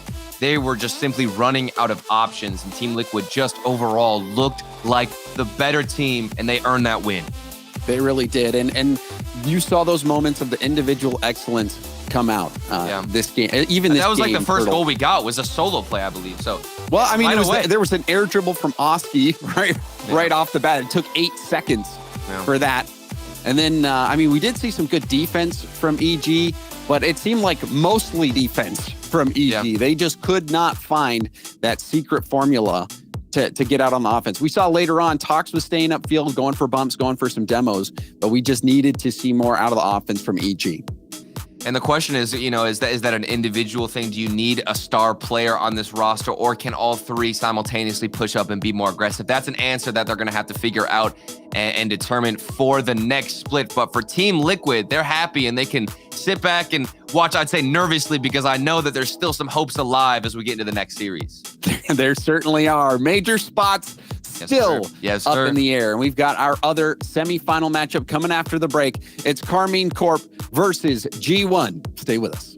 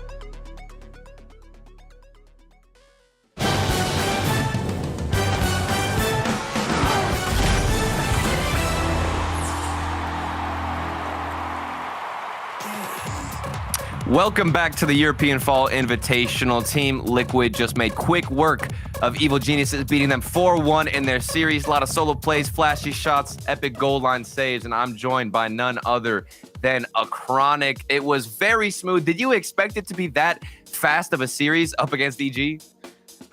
Yes, we expected to beat them like 4-1. I even predicted on my stream yesterday, and I said like in the interview that Vitality are basically in the same level of skill as Vitality, as EG. So yeah, we expected it. Wow. Yeah, and you guys have been dominant in the air with solo plays. Do you think that you are one of the fastest teams in Europe? I just want to get your opinion on this. Yeah, we are definitely one of the fastest teams in EU. We are basically fighting with KC for that title, like fastest team in EU. Yeah, and you guys needed that, and you came out with some incredible goals, and also one of the youngest teams here. A lot of pressure, a lot of nerves on the line, and you guys needed to secure that win, of course, and are still vying for a spot at the major. How do you guys, as a young team, keep calm and relax the nerves knowing all this pressure is on the line? I mean, we're basically saying after every goal or in the beginning of the games that we are better than any other team. So we get confident, and then, yeah, we don't let the nerves go to us. Right. And speaking of age, I mean, you are the oldest of the three, 17 years old. Do you think that you are one of the more leaders of the team? Do you take a leadership role besides your teammates? No. We always decided that if everyone has anything to say, we just say. Everyone says their thoughts. Right? We don't have like a leader. Yeah. If anything, it's our coach. Okay, that's great. Well balanced all around, and everybody taking equal parts. And now I want to talk about the European region as a whole as we're coming down to the last few remaining teams. Where do you think that Liquid ranks in Europe? Do you think you're one of the best, number one, number two? Give me a number here. I think we are top 3 in EU right now. We can't say we are better because we haven't showed the results, even though we are having good results this regional. Yeah. So I'm going to say top 3. All right, we're feeling top 3. I like the confidence moving forward. And now you have a chance to prove yourself with a result here, and an incredible showing in the grand finals could secure a spot. You guys are going to go up against either Karmine Corp or G1. If KC win their series, then you'll basically secure a spot. Who do you think is going to take it, and who would you rather play here moving into the grand finals? I don't care who we play. I want KC to win though, because of course we get confirmed on the major. But I don't know what to expect, since I expected Oxygen to win as well, and they lost. So yeah. We're just as confused as you are, man. Well, I appreciate you. I know that you guys have a lot of preparation. We're going to give you some extra time moving into the grand finals. So, Acronik, thank you so much for talking to me, and good luck in the grands. Thank you. Realistic approach of where they stand right now. They want the results. They want to prove that they're number one, but before they can say that, they're at least top 3. But still a lot of confidence, James, from this team, and I think that's exactly what you need when you're in such a tight situation like this for a major contention. Yeah, I think it's good for Team Liquid to build confidence. And I mean, we know that they're a top team. They have the potential to be a top team. And so when they're believing it, and when they're putting together a performance like that out on the field, it's really undeniable. So maybe that will be enough wind in their sails to help them finish the job and get that spot at the major. Because in this series, they dismantled EG. It did not feel close casting that series at all. They purely dominated. And for a team like Team Liquid, confidence can do just a number of things for them. But one thing it can do is lead to major success. When you have a team like this that is so fast and so mechanical, if you add that confidence to back them, it's just a dangerous combination. Team Liquid now sitting in the grand finals. They've worked their way through Swiss stage. They've now worked their way through a couple teams here in the single elimination bracket. They've only had one life to get through all of this. And you look at this, James, they've done it quite confidently, 4-1s for both their matches. Yeah, and I mean, Vitality was a team that really, I think we'll be happy that they made it back to top 8, but still, they have had a few problems, especially against these teams that are incredibly fast like Liquid. And they also Team Liquid has that pop-off potential, each one of them. So, you know, this is going to be a very interesting semifinal as well, just looking at the major implications that are on the line. Well, I want to talk about that. Subi, it's your job. So let's start talking about Karmine Corp versus G1 and the implications that come into this one, because now a lot of teams are watching from the sidelines and rooting for one specific team in particular. Yeah, it's starting to get a little more simpler. as everything starts to pan out. If Karmine Corp are able to pull this one off over G1, then Moist and Liquid clinch. Not too hard. But if G1 can beat Karmine Corp here, the loser of G1 and Liquid in the final will get to play a tiebreaker up against Moist. Okay, so G1 still with a bit of fate in their hands, but all the other teams are definitely sitting behind and rooting for Karmine Corp. And I think it's safe to say coming into this, Karmine Corp are probably the favorites, but I think G1 is definitely a team not to be forgotten about. We've seen what they can do. We've seen them take down top dogs in Europe before. The question is, can they do it now? And the question I'm going to ask is to chat, can they do it? Let us know. Fan votes up, hashtag G1, hashtag KC. We know KC usually wins this one. And chat, you've been pretty good at predictions so far, going with the fan favorites, and K Corp definitely fan favorites. Analysts, I'm very curious.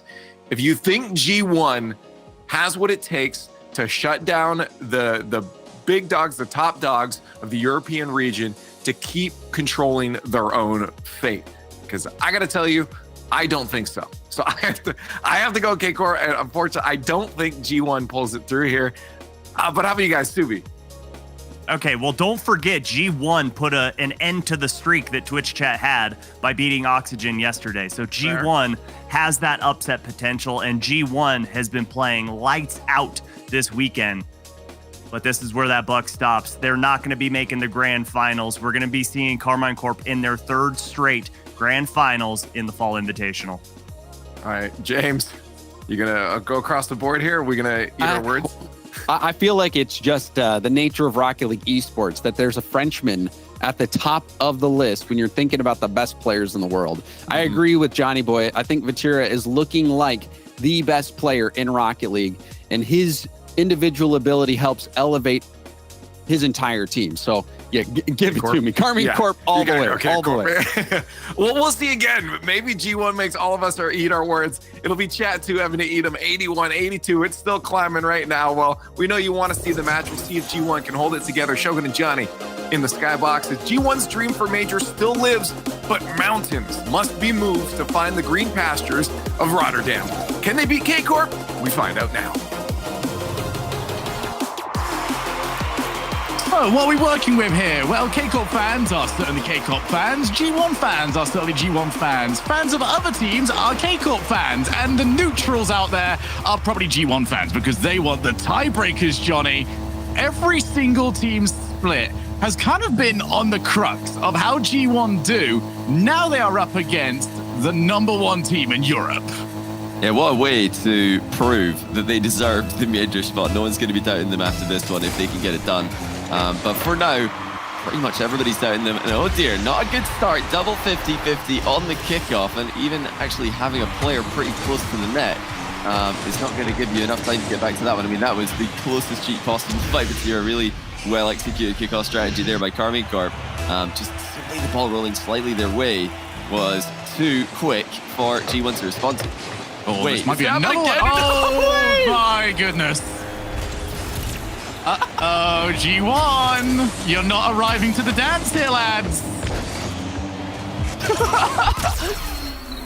All right, I mean, yeah, not a great play there from G1. They've conceded a direct kickoff goal from a super close cheat going against them, and they just do the same thing again, and I think it's in their net twice in a few seconds. I mean, yeah, this is something that could definitely be worked on. Unnecessary risk. No one's going to take no one's going to deny that.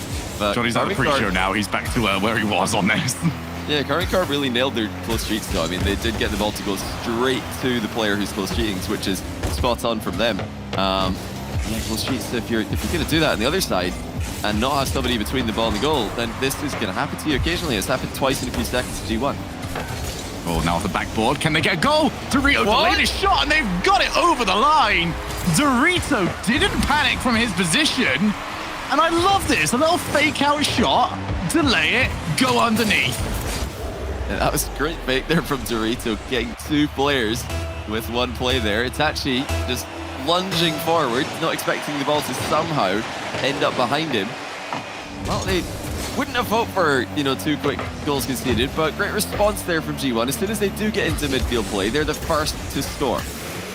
I mean, the good news for them is it couldn't have been worse.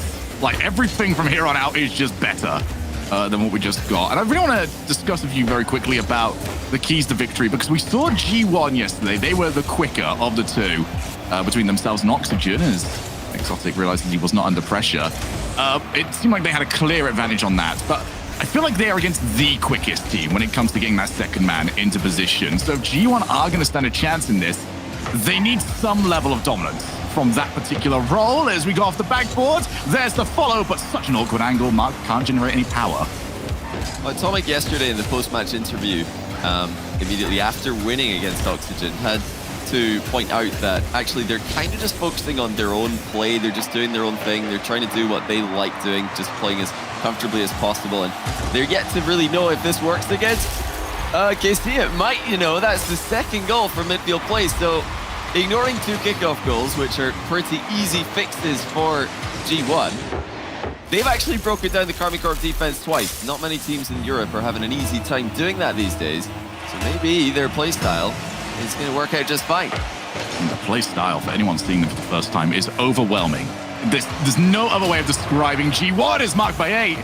Realized, actually, that Exotic was on the far side, didn't want to put the ball over to him. Instead, backflip to push the ball somewhere where Karmine Corp won't, but everyone's going. Extra contact means that the shot from Itachi didn't find any zest. We stay at 2 each. What a start to this series we've had, though, Johnny. Explosive. Well, G1 did not just impress yesterday against Oxygen with that, very aggressive second man positioning, quick fire shots to the near post, but also their defense. And it was kind of an even distribution between all their players. Atomic has been, a very defensively minded player for the majority of his career. He's, way back in his original OG Team Queso days, he was the defender on that team, predominantly. But marked by 8, not so much. Dorito also not so much. Not really known for the defensive play. More about that disruption, more about that pressure in the midfield. So to see all of them kind of evenly just distributing the work here and really helping each other out is wonderful to see. Look at Dorito there just making a passing option available. That's something else that we pointed out yesterday that they did brilliantly against Oxygen. So far, same plan for G1 that worked out in the quarterfinal. That's Karmine Corp, of course, that team right now. And this is the guy, Vatira, getting the center ball off the backboard for Exotic, who accidentally cleared that one to safety. G1 didn't really need to do much about it. Main thing that I'm looking out here to give any hope that G1 can win this is the way that they are getting the ball out of their own side of the field, because this is something that the majority of teams against KC have struggled with this split. If they can't do it in a way that is convincing that, yeah, you can do this for 7 straight games, you just don't believe them. But right now, despite KC's offense and despite the opportunities they've created, nothing in just yet. That defense showing up again. Here's Vatira, the man of the moment. Maybe he asked a little bit too much of himself that time around, and it is G1 that have survived. See how long they can keep the ball out of their side of the field. Yeah, that was a disgusting pass from Itachi. Unconventionally. I mean, usually when players are trying to drop down passes, they use the underside of the car to, kind of cushion the blow and take the power off the ball. But that time, Itachi adding power to the ball. Now Vatira's got opportunity. Center to Itachi, and it's in. G1, like you mentioned, just struggling to get that ball clear. Dorito 50s it backwards. Atomic crept forward and didn't get the touch that he wanted. Mark unable to cover them. 44 seconds, 1 goal separating the 2 squads. G1 have to win this. There is no other solution for them if they want to go to the Rotterdam Major. We saw them blow Oxygen out of the water in the opening 2 games yesterday. Not been the case in this one. They've done well in open play. KC are a team that gets stronger as the series goes along. Tachi, past 1. 17 seconds now on the clock. They've got Dorito downfield. That's an infield pass to Exotic. Beautiful play from KC. And despite the midfield battle looking quite good towards the start of this game for G1, KC took advantage of it in the second half of the game. We've barely seen the blue side of the field. Maybe we get a little bit here. Atomic, that's nowhere near his teammate. And game 1 to KC. And it goes all the way back to the first 5 seconds of the game. Just 2 kickoff goals in a row for Karmine Corp.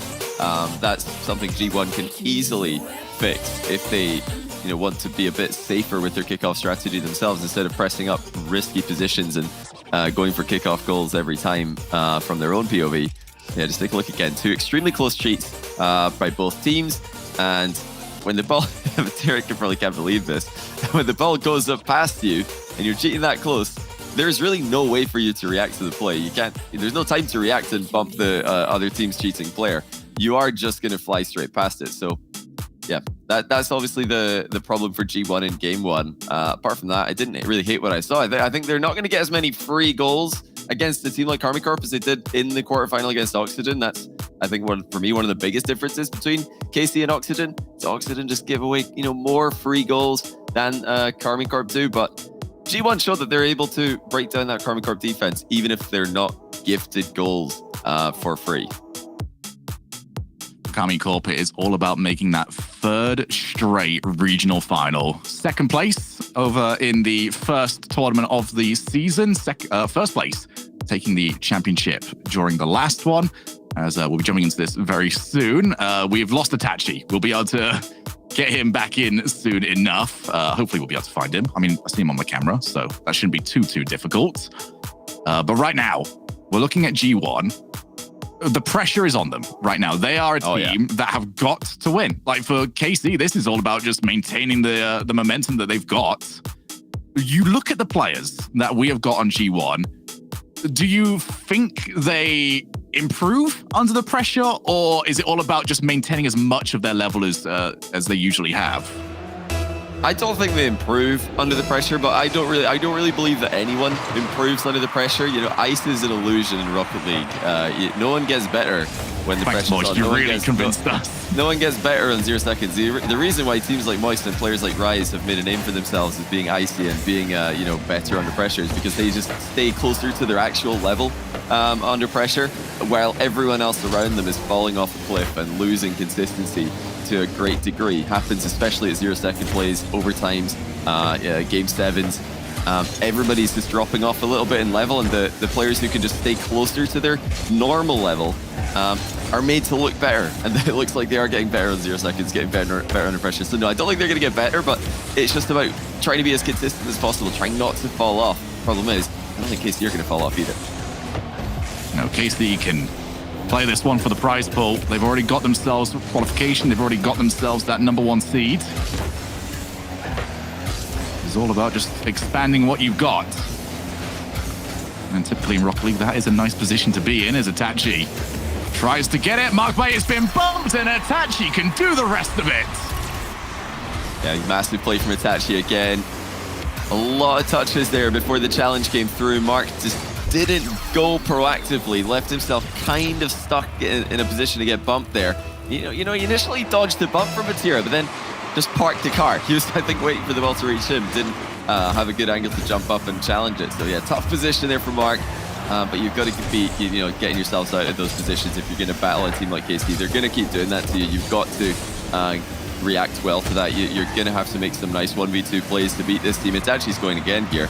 Reset. Defended this time as Atomic are on the backboard, but not too far as Batira pounces on a bit of an accidentally directed clear there. Yeah, it just pops straight out, and Batira does not need a second look at that one. Smashes it just underneath the crossbar, and Karmine Corp trying to run away with it here. Their offense has been pretty much the same as the offense we got yesterday from G1. They were the ones yesterday getting all the 2v1s. Now it's the opposite, as the playing nothing almost sends everybody over on G1 for a loop. Yeah, we think back to that second goal and the failed clear from Atomic that led to it. You've got to be so careful when you're hitting the ball after it bounces in the wall in those positions. Nice pre-jump save there by Mark. They're really just holding on here, trying to keep the game as close as they can. Not allowing Karmine Corp to start to run away with this even more. It might have been a better option on that second play or the second goal for Atomic to just catch the ball in the back wall, just fully control it. Yeah, going for those little chip plays, the little half volley plays off back walls. The ball's gonna bounce off a greater distance, and it's harder to control that in situation control so important against a team like Karmine Corp. And they just look every bit as good as they ever have. Seed 1 already locked in. Major already locked in for a good while now. It doesn't seem to matter. This team's still trying to prove that they're even better than we previously assumed.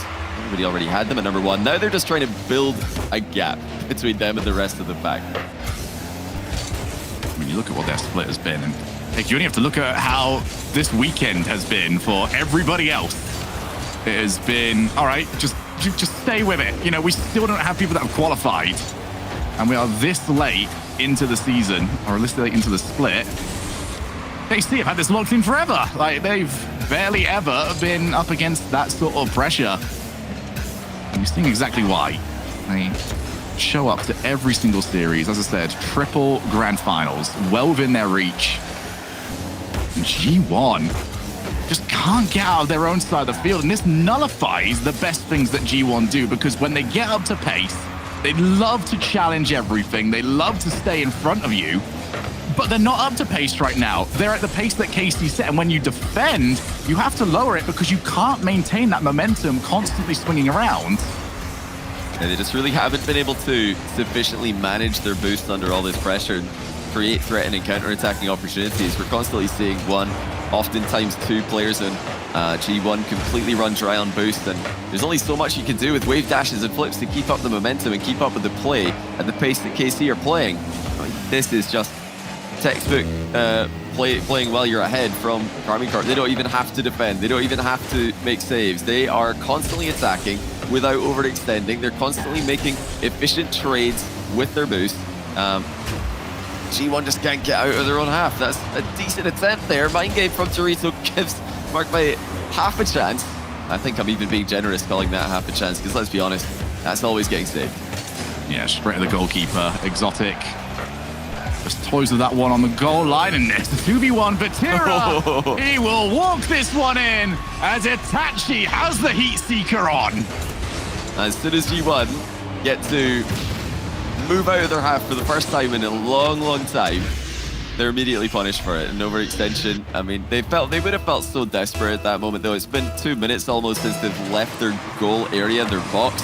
And as soon as they get out of their box, they overextend. But can you really blame them? They haven't really had a chance to attack at all this game, so overextending is almost expected in that instance. Just 5 shots this game for G1, and none of them have been all that threatening for Karmine Corp. Can they create anything here? No, the demos of Karmine Corp impeccably timed in the midfield once again. They have crushed game 2 here. Game 1 was close, but this one, anything but. I mean, it's just demo on command for Karmine Corp. There has just been no ability for G1 to maintain that pace. Every single time that they get a play going, they have to stop and stay still. And when we saw them play against Oxygen yesterday, there was none of that. They just seem to have an ability just to know where their teammates were whenever they wanted to, and it has not been the case here.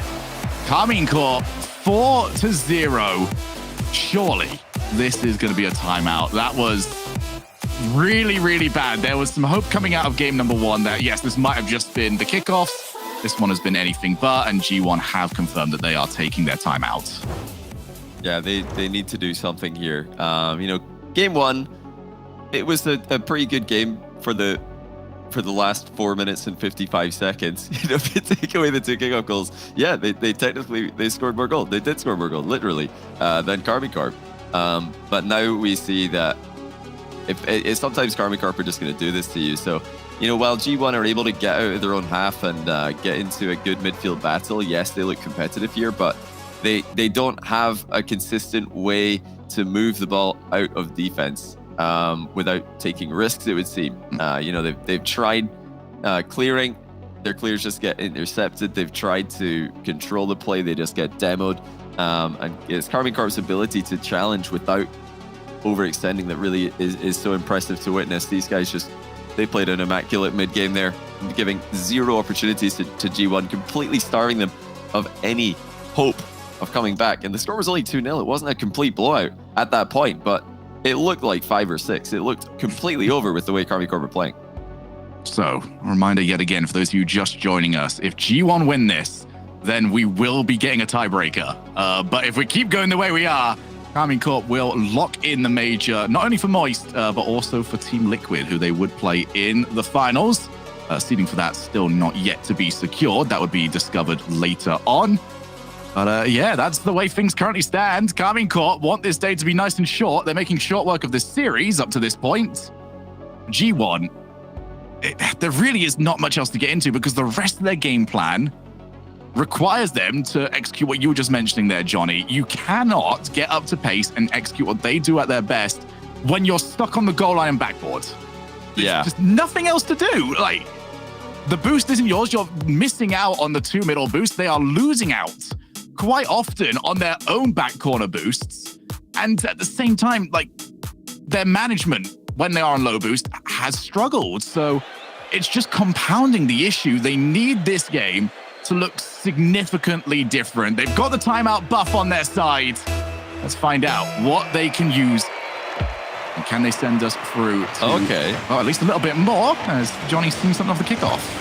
Yeah, we almost saw another immediate kickoff goal. Oh, He's still going to potentially see a goal. I saved from Mark to deny it. It was almost another kickoff goal for Karmine Corp, but this time the difference was that, the cheating player from G1, they realized they weren't able to make a play on the ball, just bumped cheater on the other team. That's exactly what you've got to do if you're taking out the game by the direction that the ball bounces on the kickoff.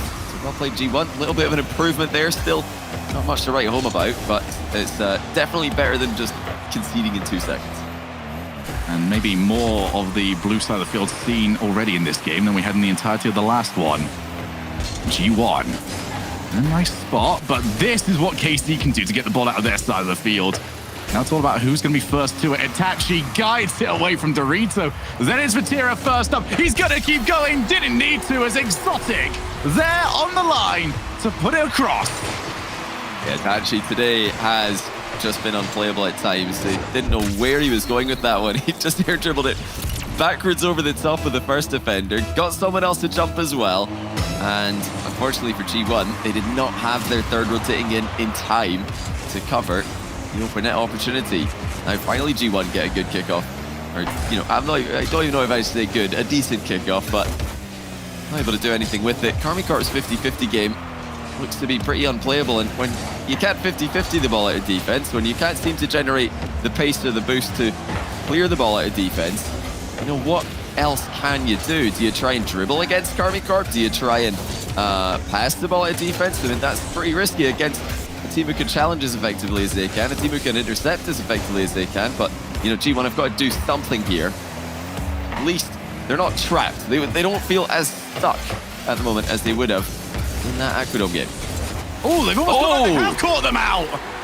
Mark Baye took all the flair out of it and decided, let's just go route one, put it in.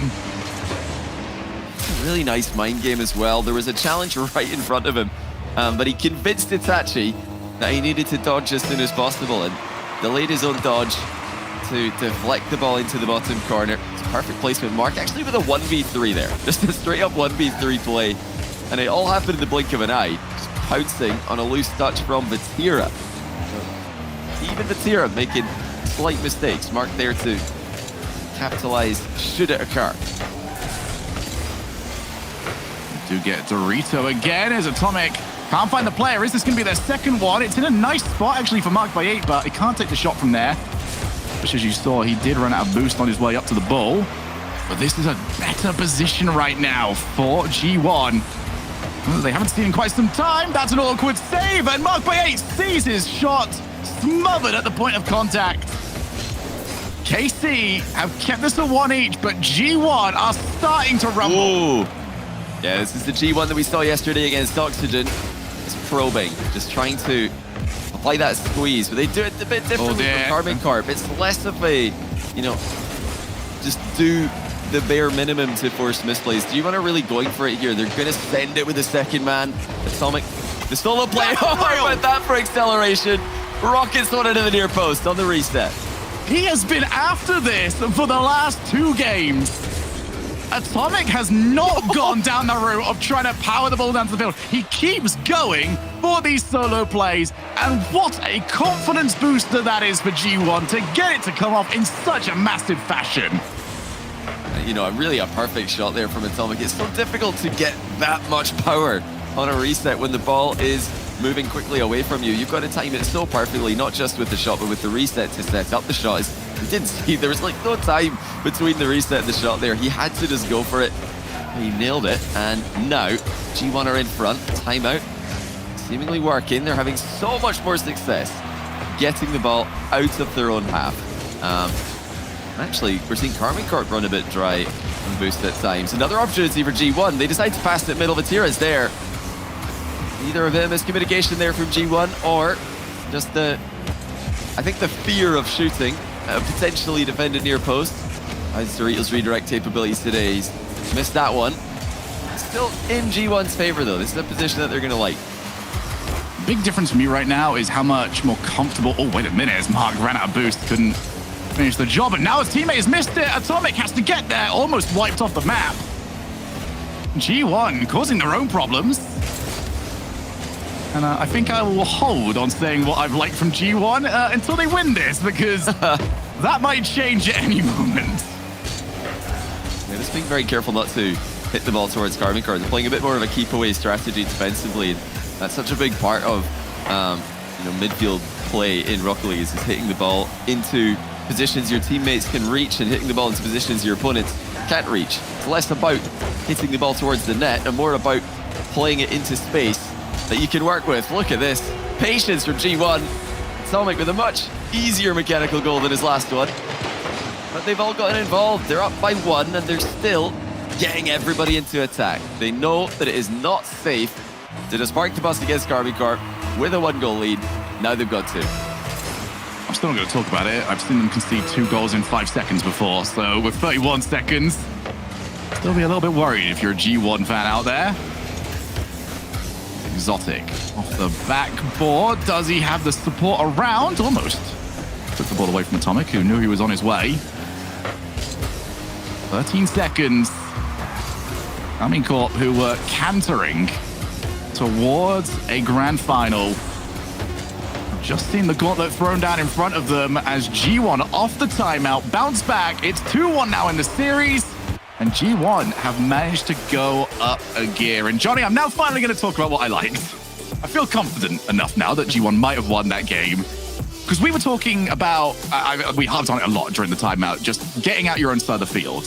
And the big difference to me in that game was G1's comfort at challenge, take mid boost. Don't instantly rush back with low boost. They were taking mid boost and then leaving a player around there. So when you do end up power clearing, they have someone that can get that extra touch. Even if that doesn't end up work out, you have somebody that can challenge the third man on KC. And it was a little bit more of a disruption than what we had previously, where KC didn't need to worry about any of that because all 3 players were directly in front of them. Yeah, it's a big part of boost management as a team is trying not to compete with each other for the same boost pads. Just as important as boost stealing your opposition is actually just leaving boost up in positions that your teammates might need it. And, that could be small pads as well. Nothing worse than when you see a teammate drive over the back corner big boost and then hoover up all the small pads as well when you're rotating in behind them with nothing, hoping that they leave at least the small ones for you. Well, that's what going out and fighting for the mid boost does. It leaves up those back corners. Oh, again? Tell me they've done it again. You've got to be joking me, G1. I mean, there's getting it wrong in the first 10 seconds of the series, but they've had a while to think about it now, and they just don't get anything to work there. Mechanically, strategically, it's all gone wrong. Karmine Corp, they don't even have to try right now. They're just getting gifts. Christmas come early. I mean, the Kickoffs won KC the first game. Now that might be the same case here in game number 4. Get started, although G1 putting the pressure back on. There's a world where you could argue that G1 have had the better of the midfield game in 2 of these 3 games that we have played. The thing that stands out, though, is just how dominant KC were in that game 2. Yeah. And field to Mark, what a hit! And probably hit the crossbar anyway, but Itachi making sure. KC, they just look a little bit more comfortable when they're boost starved. They are being on the receiving end of some good G1 pressure here, but they don't look like they're panicking. Even when you're seeing multiple players jump in the same area for the ball, they're not landing out of position, so they're able to get back into relevant plays pretty quickly. The only real bad double commits you get these days in defense are when defenders are flying out of the net at the same time at different angles and both landing somewhere in the midfield. You know, as long as you're just like jumping across the box, jumping across the goal line, and then landing and being ready to do it again, it doesn't really matter if you're double committing, because you're both back in the play for the next touch anyway. So, you know, great positioning here from Karmine Corp to just survive at times here and give time for that back corner boost to respawn. That's a fantastic save as well. Atomic looking at air dribble over to Exotic at the last second. Exotic showing that he is not just a passenger on this team. He is an important third. Vatira going solo, backboard play to himself, marked by 8 with a massive pinch clear off his own crossbar. Vatira is the one that everybody challenges in that position, as that's awkward. And now it's the retreat back for G1. Just you've seen Vatira hit those plays so often that you're almost guaranteeing it whenever you see him put the ball there, so you need to get over to him. Exotic with his own chance goes over the top of one, ceiling resets. But his first touch to get past the first player ended up being a bit too strong. Is there anybody left here? Dorito low boost. Ended up having just about enough to get rid of that ball. Now the counterattack from G1 would have wanted a little bit more on that hit, as G1 very prioritized on taking those boosts away. You know, but you mentioned at the end of the last game that, you know, G1 were running out to that mid boost effectively. Vatira right there did the same thing. His corner boost got stolen, but he has trust in his teammates behind him. Just goes for the mid one. Well, they're maybe going to need a little bit less trust in that touch though. Dorito gets an open net. That was a pretty risky 50-50. Vatira goes for the big win there. I think he's just played into the world's most obvious dunk, if I'm honest with you. I mean, I don't know why he didn't see that one coming. That's so unconventional for Karmine Corp to be the team getting dunked on like this. And you're looking at the other player from G1. There's no reason not to jump at that one. You've got the backboard just behind you. The recovery is easy. If anything, it might actually be quicker to recover like that, because you're just going to maintain the momentum and keep moving on your way back. So it didn't even feel like it was much of a difficult read for Vatira. 1-1. The last time G1 were in this position, they ended up losing it from there. And that kickoff goal still come back to haunt them. 2 minutes left to play. Dorito has to rotate back out as Vatira in the air. It's just a moment of recalibration from defenses whenever you see Vatira on the ball. Yeah, luckily he did a boost there, but G1 weren't too sure of that fact, so they were playing it as carefully and as cautiously as they could anyway. Oh, double commit. And G1 not on the same page there. Marked by 8 trying to pre-flip the ball into the middle, and the near post, as usual from G1, is where the second man was. They don't often send that second man across the box. He's usually right behind the first man, coming in tight at the near post. It's a pretty traditional way of following up on a center ball. Still effective to this day. Well, Exotic's in a bit of an awkward spot here, but he does well. Not a lot of boost to his name, but he's managed to get 2 players out of the game. Here's the third. Dorito, stop by Tachi. Vatira clears, drop down pass, but it's been happening quite often for G1. No communication as to what the play is supposed to be. There's been a few times where the pass has been to nobody, and the double commits have left defenders in rough spots. That's a huge commitment by Mark. Nothing coming of it. G1 seem to be slowly losing grip of this midfield battle. KC in the better of a few exchanges. Although you don't want to be leaving those sort of shots, Vatira does well. Gives it straight over to Exotic. And those are the shots from G1 that aren't designed to go in, they're designed to get a bad save. All final seconds of the game now. I was about to say, I want to see more lateral movement from Vatira. As soon as I go to open my mouth, he gets the ball moving sideways. He's been going a bit too directly into, I'd say, pretty expected dunks from his opponents. Can he get one of his own here? Saved by G1. Follow up also denied. The ball just stay in the air here. Vatira just going straight back towards the ball in his recovery here. Keeps it away from danger, and into overtime we go. And a massive overtime at that. It is either tied series or 3 match points for KC. Well, we're past the kickoff, so that's at least 50% of the job done now for G1. Yeah, they didn't have a goalkeeper, so they could have just conceded there as well. But they haven't, so they're in the game. They're in the series. One more would actually put this one in a very interesting position. Like you mentioned, midfield plays going pretty well for them. That's a great save, Acronik, just in the nick of time to deny Itachi's flip reset. Itachi's had a big game, big series today, I should say, with his outplays. He's been tough to read. Vatira, always a threat whenever he's near the ball. Oh, what a play that is. Exotic has surprised everybody with a vicious corner wall read. And it didn't go directly in, but it was all but easy for Itachi to score when Exotic puts the ball in a spot like that. What a shot. Turn pass from Exotic there. Absolutely stealing the show. Karmine Corp up 3-1. Disastrous for G1. And there is the threat of KC. We were talking about Vatira, we were talking about Itachi, and then Exotic just jumps on in and says, nah, I'm the game winner here. That is what KC bring to the table. For Moist Esports and for Team Liquid, it is 3 matches now.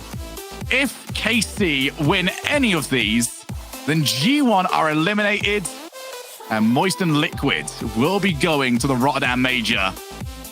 G1 are going to need to prove something massive on this. They have to beat the #1 team in Europe without dropping a game 3 times, and maybe no more kickoff goals on the way to it. Is it a conspiracy? I feel like there's a conspiracy here. Like, why are there so many bot kickoff goals? I don't get it. Like, I should have mentioned it. We've sent him off. I feel like there's never been a season where we've talked about it more often than this season, and it's happening more often than ever. Do you know what I think it is as well? Bot kickoff strats. It doesn't make any sense.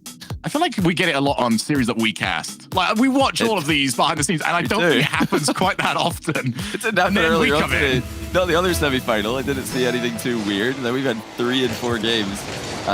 Complete unforced errors, but you know, there was also another unforced error in the last game. Vatira kind of giving G1 a goal back by just unnecessarily hitting the ball into the player that was driving right at him. And he could see that he was driving right at him. I'm not sure if that was just some kind of mind game for Vatira. Maybe he's thinking, well, he knows that I can see him coming, so I'm just going to hit the ball into him anyway because he'll probably fake. And then, yeah, they didn't. I mean, it's marked by A. It's a Spanish first man. They're not gonna fake. They're obviously gonna drive into the ball. Oh, look at this. That's just a goal from distance.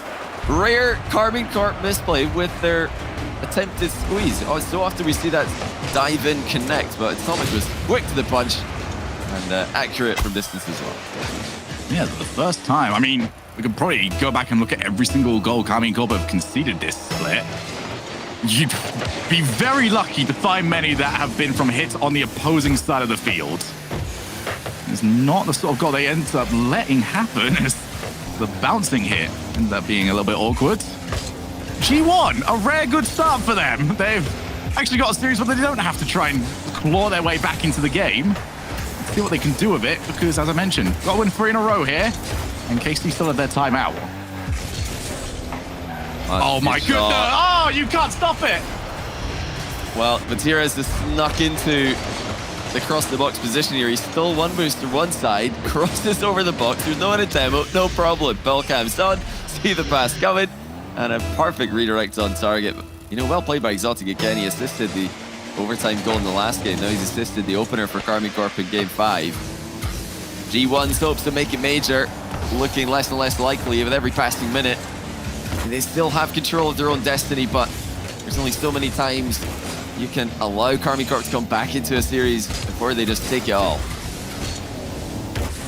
No, good challenge to realize that they've got to give up on this offense for the time being. Players on his team out just from one player's challenges.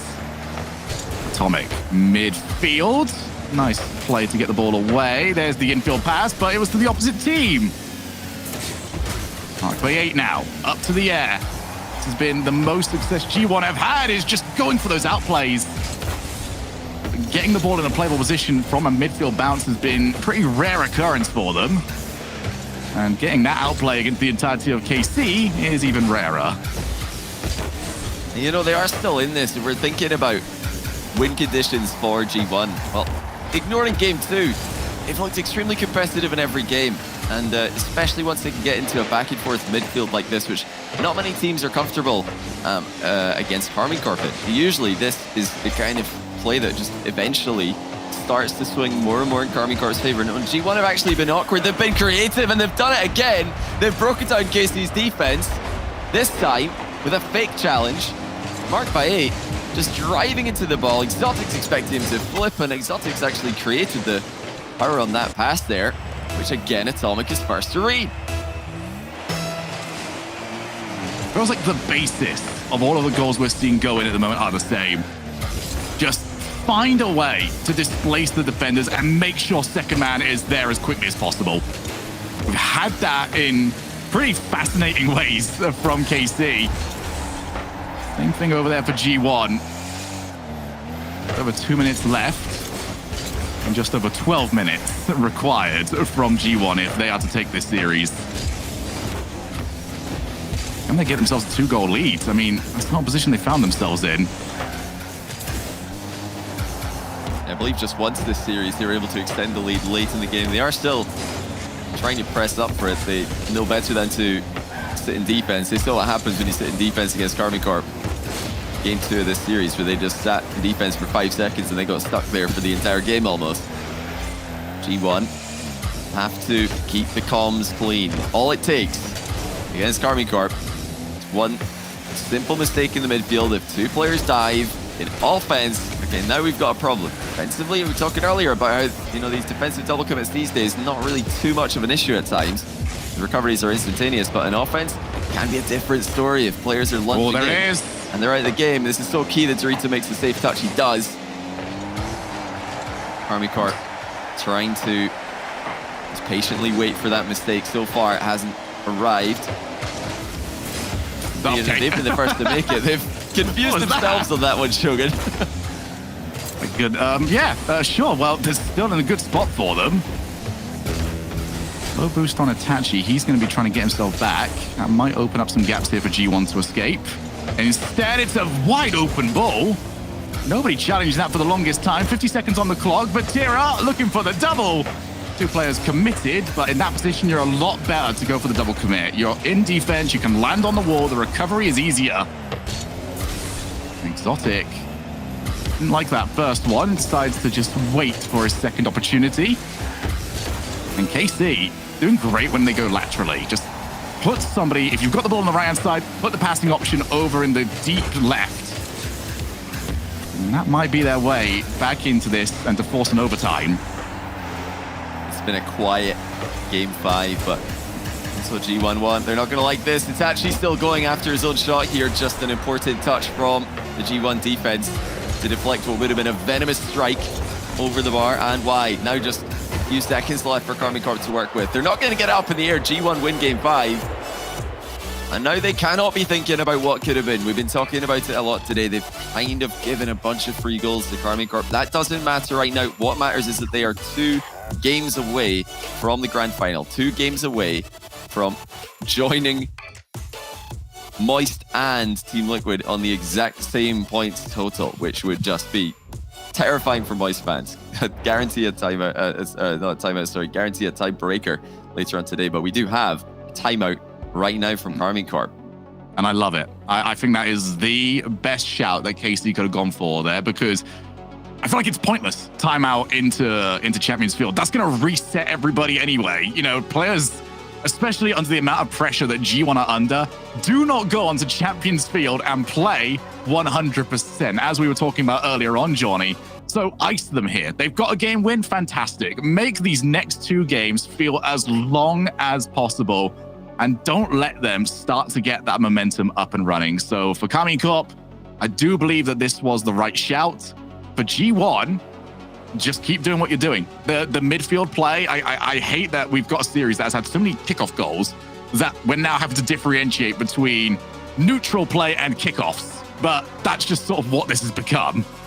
Yeah, you're absolutely right. In midfield, in the just, you know, if we can get into the Rocket League part of this. Yeah, I think there's like a 10, sometimes 15-second window after kickoffs happen in threes where the game is more chaotic. Players haven't yet had time to build up their average boost total and build up their momentum, get that rotation established. But when G1 can get into that stage of the game, they've looked very competitive outside of game 2. We keep bringing back game 2. But that was the game right before the timeout that G1 called. And since then, we've not seen anything like game 2. You know, Karmine Corp might just do that again. You never know. They are just that good that they can just completely starve an opposing team of any opportunities to escape their box. That's, of course, just a harsh reality that G1 fans face right now.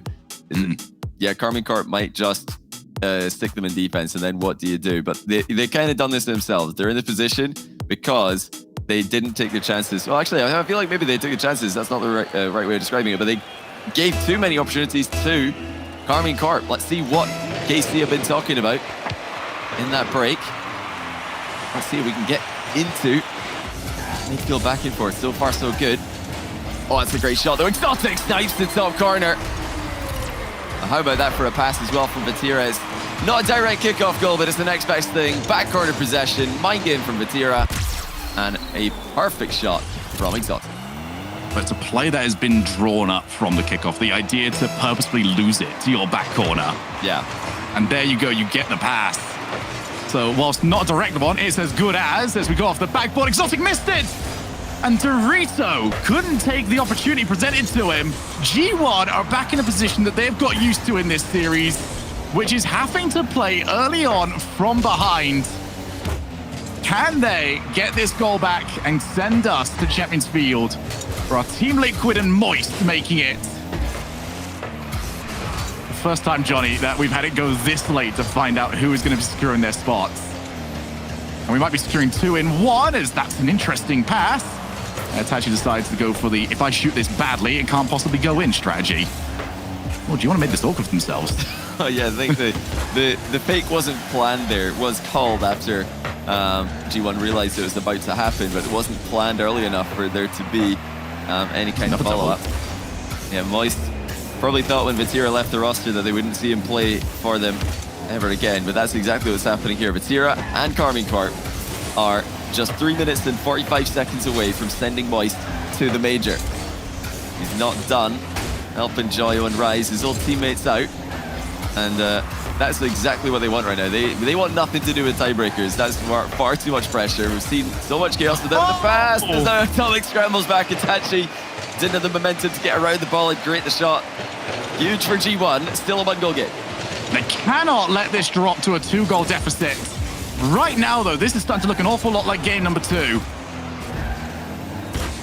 Need to get rid of this ball. And that's a good start from them. Exotic only back out. Vatira's been beat to it. That's a difficult ball to play with as Itachi finds enough purchase. G1, first position of offense in quite some time. Low boost on a few of their offensive players. And Magway was looking around. Now he's got an opportunity. Take the shot. And Exotic gets rid of it. G1 are just trying to create shooting angles here, but Karmine Corp are doing such a great job of keeping the ball dead in the corner, keeping it stuck and bogged down in that area. It's very difficult to get the ball away from goalkeepers and away from defenders when it's in that area. And Itachi's beating Atomics to the ball here. G1, while they try and press up for an equalizer, have to be also careful not to overextend. There's still time. They do not need to send it all just yet. They don't need to take that all-in risk until I'd say final minute when you're down by 1. And they don't need to right now. That could be the game. No, Itachi with a heroic save. Still the ball's in the box. Itachi again the one to clear it. G1 just can't catch a break. That was so close, but no goal. How much closer can you get? And they've had to back down now. That was the last flurry that was available for them. Boosting positions need to get back as Atomic. Been in this position a few times. He's caused problems a few times. He looks to keep going the whole way. Oh my goodness, they're getting so close. I mean, that was an admirable attempt there from G1. The point-blank range, free jump passing. Now Atomic with a double attempt, but Exotic's there to clear it. It just seems like every time the G1 are that one step away from scoring, one of the Karmine Corp defenders just rushes into play and squanders all their hopes. But like we keep saying, there's still time. They don't yet need to go for that all-in play. If they're down by 2, they'd have to, but 1 goal is all they need right now. And now they're in a 2v1, but Vatira is able to get the ball immediately. No control from G1 on that push. They've had a few occasions like that, but G1 can't find the demo. They keep hunting for it. It's not been around for them. What an interception from Exotic. Vatira maybe to finish the series, couldn't find the hit. and scrambles back into a defensive position. 1 minute now. Team Liquid and Moist waiting in the wings. Are they going? Clear shot. That will be 2-0. KC 49 seconds away from sending themselves through to the grand finals. And there it is, the overextension. The final minute, warning came up, and I think that just triggered something in G1's minds. They thought, well, okay, we've got to go for it now. We're going to just all get an attack and hope that it works. Well, it didn't. And now they're down by 2 goals. Team Liquid and Moist, less than a minute away from clinching Major on the back of Karmine Corp's second grand final run, third grand final run in a row, I should say. What have G1 got left? What have Karmine Corp got to do to concede? To score it again. It's actually doubles from distance. 3-0. G1 had a go at it. This is where their major hopes are going to end. Unless, Johnny, the ultimate redemption story. 3 kickoff. They need kickoff. That truly would be the greatest redemption story in Rocket League history after conceding 3 so far this series and not avenging any of them. Karmine Corp, they've just been too dominant here. Karmine Corp have just been too defensively sound.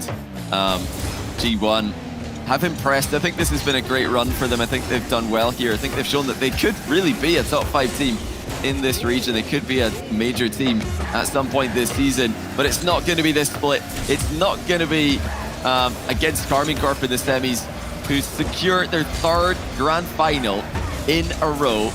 The Kings of Europe trying to win 2 back-to-back. Everyone, your European major teams. Karmine Corp, Quadrant, Oxygen, Team Liquid, and Moist Esports. A tiebreaker will not be required. It is Karmine Corp up against Liquid in your grand finals. Well deserved as well. You know, for all of G1's mistakes from kickoffs, Karmine Corp were there to punish them, and I think you've got to also look at how well they executed their actual kickoffs with their close cheat. If you're getting a close cheat like this, you've got to win the kickoff. You've got to get it into a position that player can work with. That's exactly what Karmine Corp did. They put the pressure on G1 from the very start to the series, the very start of this series, and it was off the back of their brick wall defense, their frustrating defense to play against, that they secure the win in Game 6. G1 eventually overextended. It was inevitable almost. If they couldn't get a goal before that final minute, before that last minute scramble, we knew that Karmine Corp were going to get a counter-attack goal at some point. But honestly, still well played G1 for this event as a whole. A lot to go back and learn from. I think that they overall will be quite happy with this, how this split has ended, because there are easy mistakes that they can fix, becoming even stronger for the next one.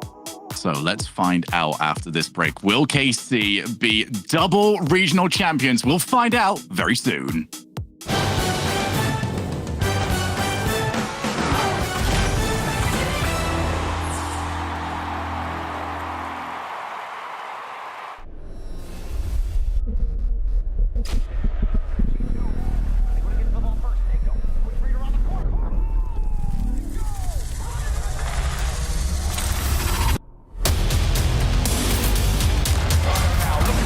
That's the one with the scale. Pops it up. Now just a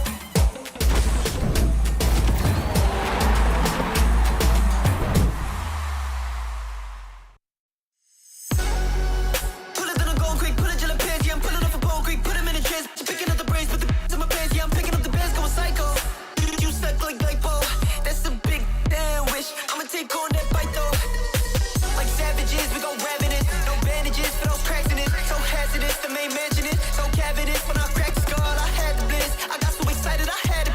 Now imagine it. I'm finna manifest it. If I manifest it, if I have you best, and I'm a damaging it. Yeah, I'm back to winning. Yeah, I'm back to quitting myself in prison. Got you finished. Yeah, I had a minute. Yeah, ain't at the limit. No, I'm back to winning. I'm back to business. I'm back to finish. Yeah, I'm back to winning.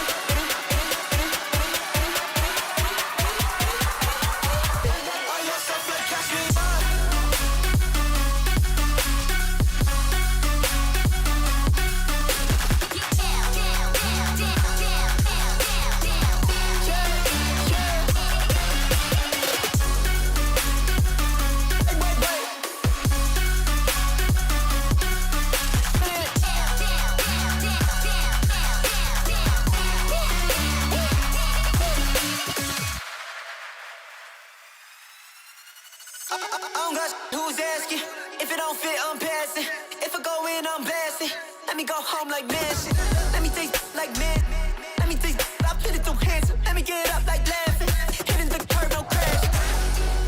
I said he back. I said he dripping, no drip, no check. I swear I'm running it like Jack. Play with my put in the bag. I'm putting it back. I'm making it smack. Make it so hard that it crack. Yeah, making it kick with it. Like yeah. I bagged the baddest, and I'm glad at this. I got the benefits, I managed this, I had to hit. I meant the father figure from above. I wish he had his figured at me when I showed him love. I'm back to winning, yeah. I'm back to quitting myself in prison, got you finished, yeah. I had a minute, yeah. Ain't at the limit, no. I'm back to winning, I'm back to business, I'm back to finish, yeah. I'm back to winning.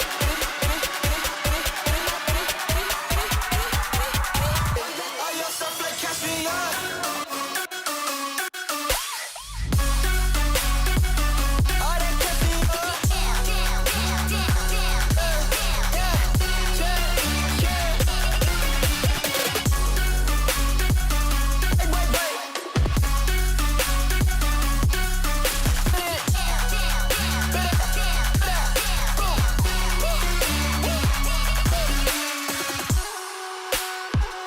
Wish you had my little.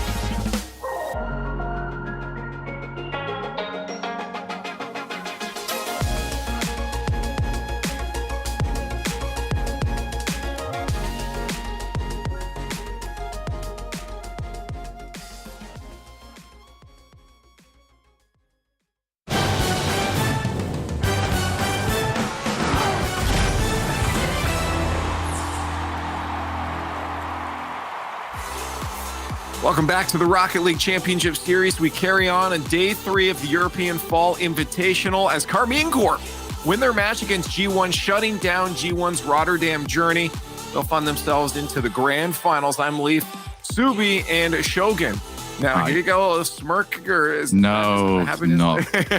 I think it's smiling through the pain right now because I'm now guaranteed to be getting a pie to the face at the major. So what pie would you prefer? Chocolate silk, apple? The one least likely to break his nose when it hits. Yeah, exactly. Something that I can clean up pretty quickly, I think would be the one I'd go with. That's wonderful. Well, that's something I'm looking forward to now. Make sure you guys mark that on your calendars. Buy your tickets, by the way, > tickets. So you can see. It's also going to explode at this point. We've got this. Anyways, K-Corp, Shogi, rocking their way into the grand finals. I think as well, most people had expected.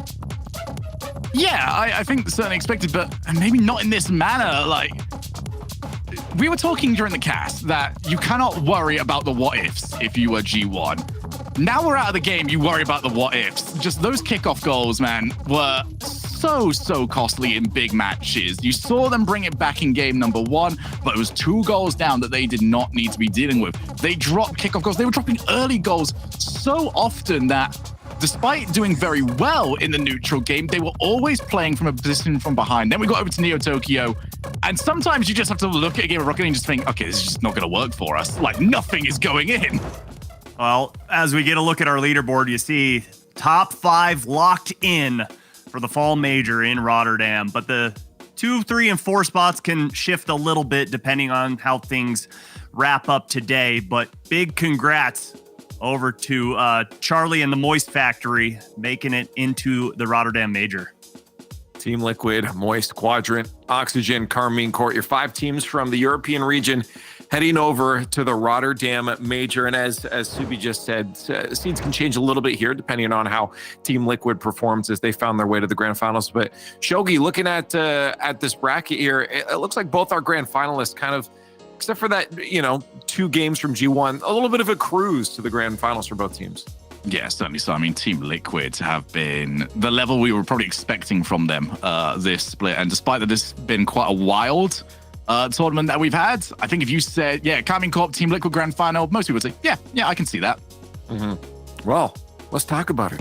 Because that's our grand final. Karmine Corp, Team Liquid, the 2 remaining teams at the European Fall Invitational, the last regional in the fall split. Our team's locked in now, but Team Liquid fighting for a better seed, which is always going to help you going into a large international tournament like this. You want to try to make sure you set yourself up, Subi, for the best chance for success. But of course, they have titans in front of them in Karmine Corp. They do, but I think this is best case scenario for Team Liquid because from what we've seen yesterday and today, it feels like Liquid, I don't want to say they're peaking because I do feel like their ceiling is much higher than what they've currently attained. I think this is a team that's going to make waves all throughout the season, but for them, they're playing out of their minds this weekend, whereas K-Corp, we've seen some mistakes. We saw them get 2 games down from G1. So for Liquid, it's like, okay, this is great. We have our spot punched to the major. We're good. Why not work on getting a better seed so we can play a worse North American team or a worse OCE team or whatever it's going to be, who they face. But for Karmine Corp, a 3rd time in the grand finals in the fall in the fall split rather, you got to feel happy for them. Well, to be fair, not just for Liquid, they're fighting for seed, which is a lot, but there's also $30,000 on the line right here, right? There's still a decent paycheck to be fighting for here. So both teams are definitely going to be giving their all to also prove they're the best in the region right now. But the fan vote's up, hashtag KC or hashtag TL in the chat. Vote for the team you think's taking the grand finals. 1 best of 7 separates from us from crowning a champion here on Championship Sunday. And Team Liquid, again, looking for the better seed. We know KC's the favorite. So is it fair to say for our predictions, we just throw it up there, guys? Let's do it. All eyes for KC? You've got a team that have won 8 and lost 1 when it comes to our top 8 brackets. That is ridiculous. That's the best of the region right there. And you've won 8, you lost 1, and that was a grand finals. Whereas on the other side, you've got one team that failed to make it out of quarterfinals and failed to even make the playoffs. So I think, I think the experience is going to pull through here. That's why I had to give the nod to K-Corp. Even though I feel like Liquid is playing better on the day, I feel like the experience ultimately is going to pull K-Corp through. Yeah, I mean, I think we're all happy, Shogun, that Team Liquid is doing well. I think this is a team that everyone is probably back to say, hey, we want to see them do well. So to see them in the grand finals is phenomenal. So please don't take our sweep here on the desk and likely with the fan vote in favor of KC as any indication that we want Team Liquid to be losing here. But Wow. Yeah. Hey, That's too much. to be fair, the last few times we've had KC in this fan vote, it's been around 84. So it has dipped a little bit. Team Liquid fan favorites. Hey, I told you, we're all here happy that Team Liquid's here. But I think we're all just happy that we have a grand finals here for Rocket League in the European region. Cole and Stumpy are going to bring it to you. The grand finals have arrived with teams locked in for Rotterdam. Team Liquid now fights for seed and maybe even a statement if they can shut down KC's run. An incredible third grand final in a row for Karmine Corp, and haven't they made it look pretty simple along the way? But Stumpy, you're with me today, and Team Liquid, they are peaking at pretty much the perfect time.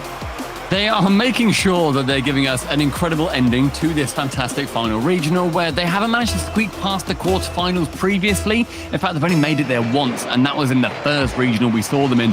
And now, grand finals. They've not had an easy road here, but they are going to want to improve and continue to push as hard as they can, because a win versus KC would be a real statement.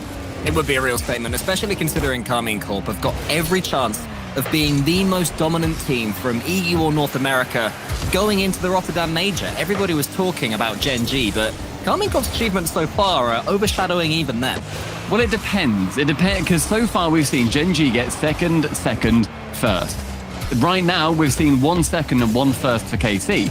The worst, KC draw with them. That's what we're looking at. And if they can manage to get the win, yes, they are going to be the most dominant team that we've seen coming from either of those regions. So they've still got a lot on the line as well as the money. But that seeding, it was mentioned on that lovely little desk we had a minute ago, that the seeding is so important going into this major because they are right now split, Liquid, between second and fourth. If they win this, they go second in Europe and they therefore go through to the major facing off versus Team Secret in that first round. If they come fourth, however, by losing this grand final, they will be against version 1. A slightly different, power strength we're seeing them out right now, V1, but still a horrible team to play against as our Secret. A little bit rocking a hard place, sure, but there's still, that amount to play for because that'll affect your seeding going through into the other rounds in the beautiful Rotterdam Swiss.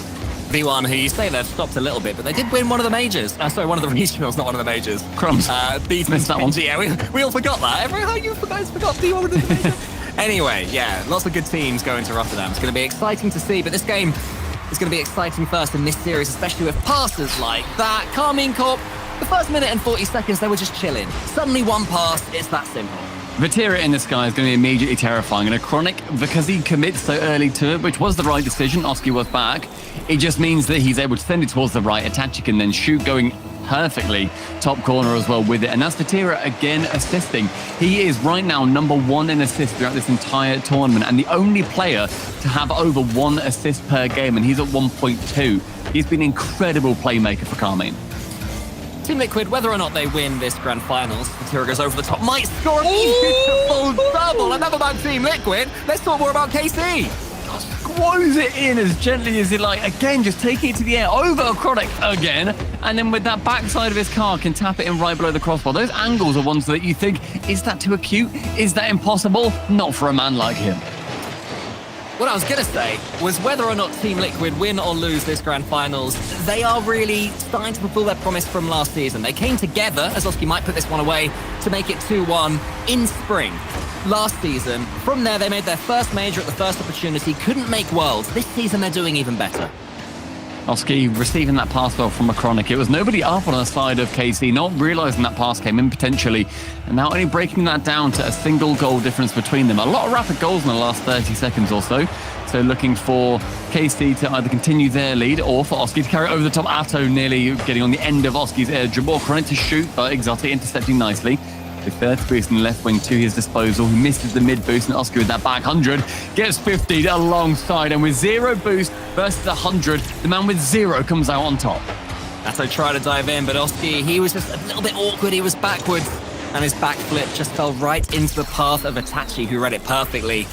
Good start from Karmine Corp continues. They are having no grand finals jitters this time around. They're on for the double. 2 regional victories in a row to take to the major. It would be huge for them and their 15 billion now fans.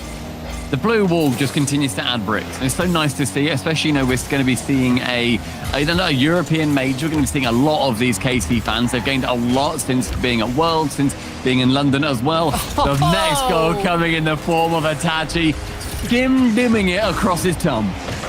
Look at that, the double tap from Exotic. That was nice enough. But then to have the speed, the presence of mind to pick out Itachi.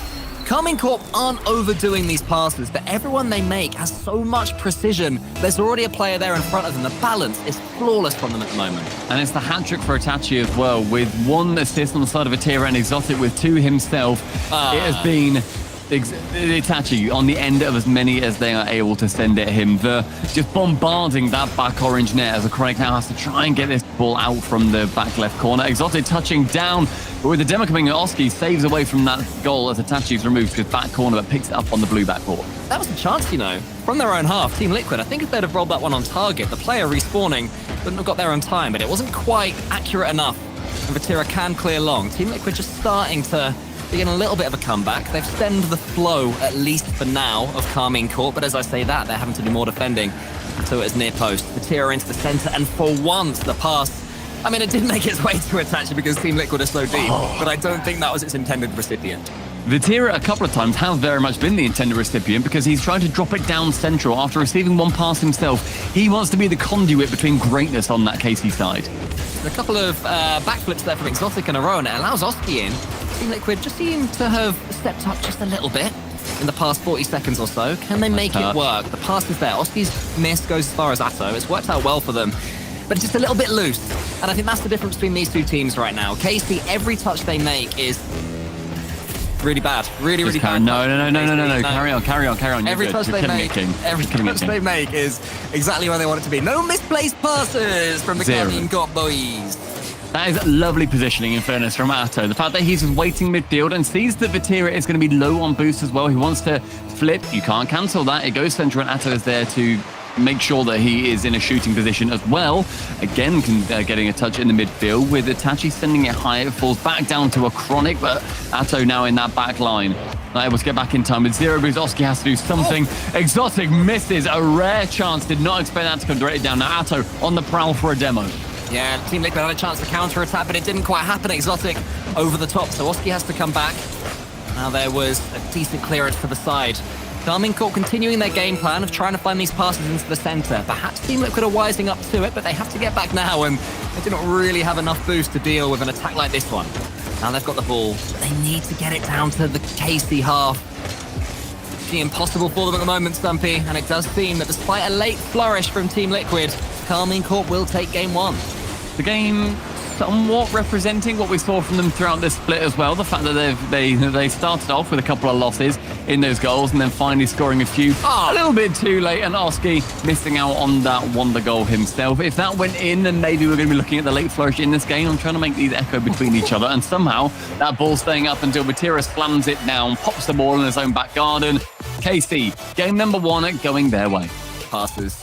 See Itachi in the center, get in the ball, and good things will happen. But despite scoring 2 goals fewer than Itachi, Vatira the top scorer there for Karmine Corp. He was so involved, not just in attack, 4 saves as well as his 3 shots. So he was just doing so much for Karmine Corp. Best player in the world, in your opinion, at the moment? I agree with Johnny. I really do. I think there's nobody in EU that I would say is over him right now.